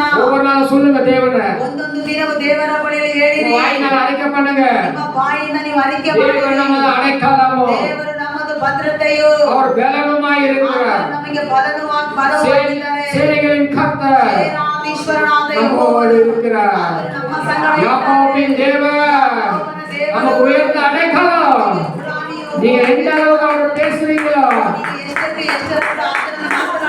அந்த அளவுக்கு ಅಷ್ಟಕ್ಕೆ ಅಷ್ಟರಷ್ಟು அவனுடைய வாயின் பலனை ಅವನವನ ಬಾಯಿಯ ಫಲವು அவனுடைய வயிறு நிரம்பும். ಆತನ ಹೊಟ್ಟೆ ತುಂಬುತ್ತದೆ. ஹalleluya. ಹಲ್ಲೆಲೂಯಾ. ஹalleluya. ಹಲ್ಲೆಲೂಯಾ. இந்த கடைசி ஒரு வசனத்தை வாசி நம்ம முடிக்கலாம். ನಾವು ಕೊನೆಯದಾಗಿ ಒಂದು ವಚನವನ್ನು ಓದಿ ನಾವು ಮುಗಿಸೋಣ. வாயினால அறிக்கை பண்ணுங்க. ನಿಮ್ಮ ಬಾಯಿಂದ ನೀವು ಅರಿಕೆ ಮಾಡಿರಿ. ಮಾರ್ಕು 11ನೇ ಅಧ್ಯಾಯ. ಮಾರ್ಕು 11ನೇ ಅಧ್ಯಾಯದಲ್ಲಿ 25வது ವಚನ. 25ನೇ ವಚನ. ಇದಲ್ಲದೆ ನೀವು ನಿಂತುಕೊಂಡು ಪ್ರಾರ್ಥನೆ ಮಾಡುವಾಗಲೆಲ್ಲ ಯಾರ ಮೇಲೆ ಏನಾದರೂ ವಿರೋಧವಿದ್ದರೆ ಅದನ್ನು ಅವನಿಗೆ ಕ್ಷಮಿಸಿರಿ. ಕ್ಷಮಿಸಿದರೆ ಪರಲೋಕದಲ್ಲಿರುವ ನಿಮ್ಮ ತಂದೆಯೂ ಸಹ ನಿಮ್ಮ ತಪ್ಪುಗಳನ್ನು ನಿಮಗೆ ಕ್ಷಮಿಸಿ ಬಿಡುವನು ಅಂದನು. நீங்கள் நின்று ஜெபம் பண்ணும்போது ஒருவர் பேரில் உங்களுக்கு யாதொரு குறை போதுமா? மறுபடியும் வாசிங்க.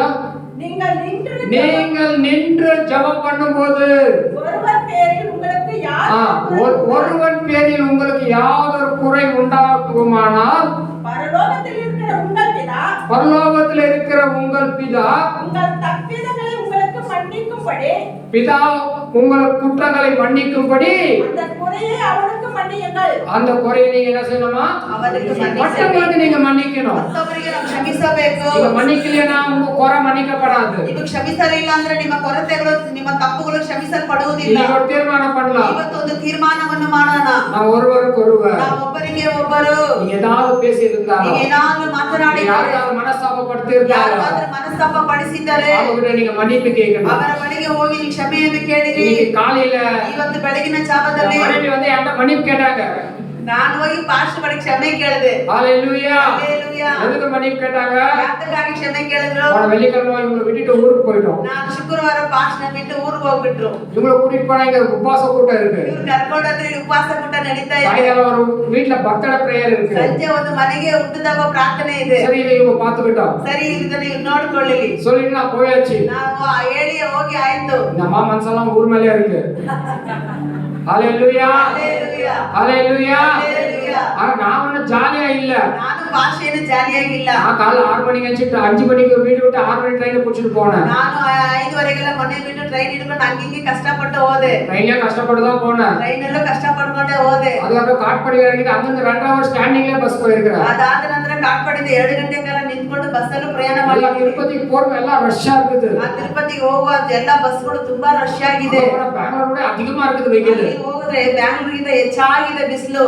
சாப்பிடுறதுக்கு மனசு வர மாட்டேங்குது. ಊಟ ಮಾಡೋದಕ್ಕೂ ಮನಸ್ಸಿಲ್ಲ. ஏதாவது மಜ್ಜಿಗೆ ಜ್ಯೂಸ್ ಕೆಚ್ಚ நல்லா இருக்கும்னு தோணுது. ಏನಾದ್ರೂ ಮಜ್ಜಿಗೆ ಮೊಸರು ಈ ತರ ಸಿಕ್ಕಿದ್ರೆ ಜ್ಯೂಸ್ ಎಲ್ಲ ಸಿಕ್ಕಿದ್ರೆ ಚೆನ್ನಾಗಿರುತ್ತೆ ಅಂತ. ஒருவேளை அதையும் குடிச்சிட்டால சண்டே இங்க பேசவும் முடியாது. ಆ ರೀತಿ ಏನಾದ್ರೂ ಕುಡಿದ್ರೆ ಬಿಸಿಲಿಗೆ ಮತ್ತೆ ಭಾನುವಾರ அதுவும் பயம். ಅದು ನನಗೆ ಭಯ ಇದೆ. இதெல்லாம் கஷ்டப்பட்டா ஊருக்கு நைட்டோட நைட் வந்தோம். ಈ ರೀತಿ ನಾನು ಕಷ್ಟಪಟ್ಟು ಹೋಗಿ ರಾತ್ರಿ ಹಿಂದಿರುಗಿ ಬಂದೆ. நான் விட்டுட்டு போயிட்டு மனசாபாயிட்டாங்க. ಈ ಬಿಟ್ಬಿಟ್ಟು ಹೋದ್ರಂತ ಮನಸ್ತಾಪ ಬಂತು. ಅದ ಕಾಲಿல என்ன மன்னிச்சிடு. ಅದರಿಂದ ಬೆಳಗ್ಗೆ ಬಂದು ನನ್ನ ಕ್ಷಮಿಸು. மன்னிச்சிட்டு போவானா. ನಾನು ಕ್ಷಮಿಸದೆ ಹೋಗಿ ಅಷ್ಟೇ. ஹalleluya. ஹalleluya. ஹalleluya. அப்போ நம்ம ஒருத்தருக்கு நம்ம மன்னிக்கணும். ಹಾಗಾದ್ರೆ ಒಬ್ಬರಿಗೆ ಒಬ್ಬರು ನಾವು ಕ್ಷಮಿಸಬೇಕು. குடும்பத்துல மன்னிங்க. ನಿಮ್ಮ ಕುಟುಂಬದಲ್ಲಿ ಕ್ಷಮಿಸಿ. நான் மன்னிக்க மாட்டேன். ನಾನು ಕ್ಷಮಿಸುವುದಿಲ್ಲ. நான் இப்படிதான். ನಾನು ಹೀಗೆ. பிசாசு கிரியே. ಅದು ಸೈತಾನ ஆரம்பத்திலே சொல்லிட்டேன். ನಾನು ಪ್ರಾರಂಭದಲ್ಲೇ குடும்பத்துல பிசாசுடைய கிரியை எங்க இருக்கு? ನಿಮ್ಮ ಕುಟುಂಬದಲ್ಲಿ ಸೈತಾನ ಕ್ರಿಯೆಗಳು ಎಲ್ಲಿದೆಯೋ அதை கண்டுபிடிங்க. ಅದನ್ನು ಕಂಡುಹಿಡಿಯಿರಿ. அதை கண்டுபிடிச்சு ಅದನ್ನು ಕಂಡುಹಿಡಿದು தேவ சித்தத்தை மட்டும் செய்ய பாருங்க. ದೇವರ ಚಿತ್ತವನ್ನು ಮಾತ್ರ ಮಾಡೋದಕ್ಕೆ ಪ್ರಯತ್ನ ಪಡಿ. தேவ சித்தத்தை நீங்க செய்யுங்க. ದೇವರ ಚಿತ್ತವನ್ನು ನೀವು ಮಾಡಿರಿ. நீங்க அதுக்காகவே அழைக்கப்பட்டிருக்கீங்க. ನೀವು ಅದಕ್ಕಾಗಿಯೇ ಕರೆಯಲ್ಪಟ್ಟಿದ್ದೀರಿ. தேவ சித்தத்தை செய்யும் பொழுது ನೀವು ದೇವರ ಚಿತ್ತವನ್ನು ಮಾಡುವಾಗ நீங்க ஆசீர்வாதத்தை சுதந்திரிக்கிறீங்க. ನೀವು ಆಶೀರ್ವಾದವನ್ನು ಸ್ವಾಧೀನ நம்ம ಮಾಡಿಕೊಳ್ಳಿ. வாழ்க்கையில ಇಲ್ಲಾಂದ್ರೆ ನಮ್ಮ ಜೀವನದಲ್ಲಿ ಅನೇಕ ತಡೆಪಟ್ಟಿருக்கு. ಅನೇಕ ಕಾರ್ಯಗಳು ತಡೆಯಾಗಿದೆ. அந்த தடைகள் மாறணும்னா ಆ ತಡೆಗಳು ಬದಲಾವಣೆ ಆಗ್ಬೇಕಂದ್ರೆ நம்ம செய்ய வேண்டியது ನಾವು ಮಾಡಬೇಕಾಗಿರುವುದನ್ನು பிதாவின் சித்தத்தை செய்யும் பொழுது ನಾವು ನಮ್ಮ ತಂದೆಯ ಚಿತ್ತ ಪ್ರಕಾರ ಮಾಡುವಾಗ வேண்டியதெல்லாம் ಅದಕ್ಕೆ ಬೇಕಾಗಿರುವುದನ್ನೆಲ್ಲ தேவன் நமக்கு செய்யறாரு. ದೇವರು ನಮಗೆ ಮಾಡುತ್ತಾರೆ. இதனால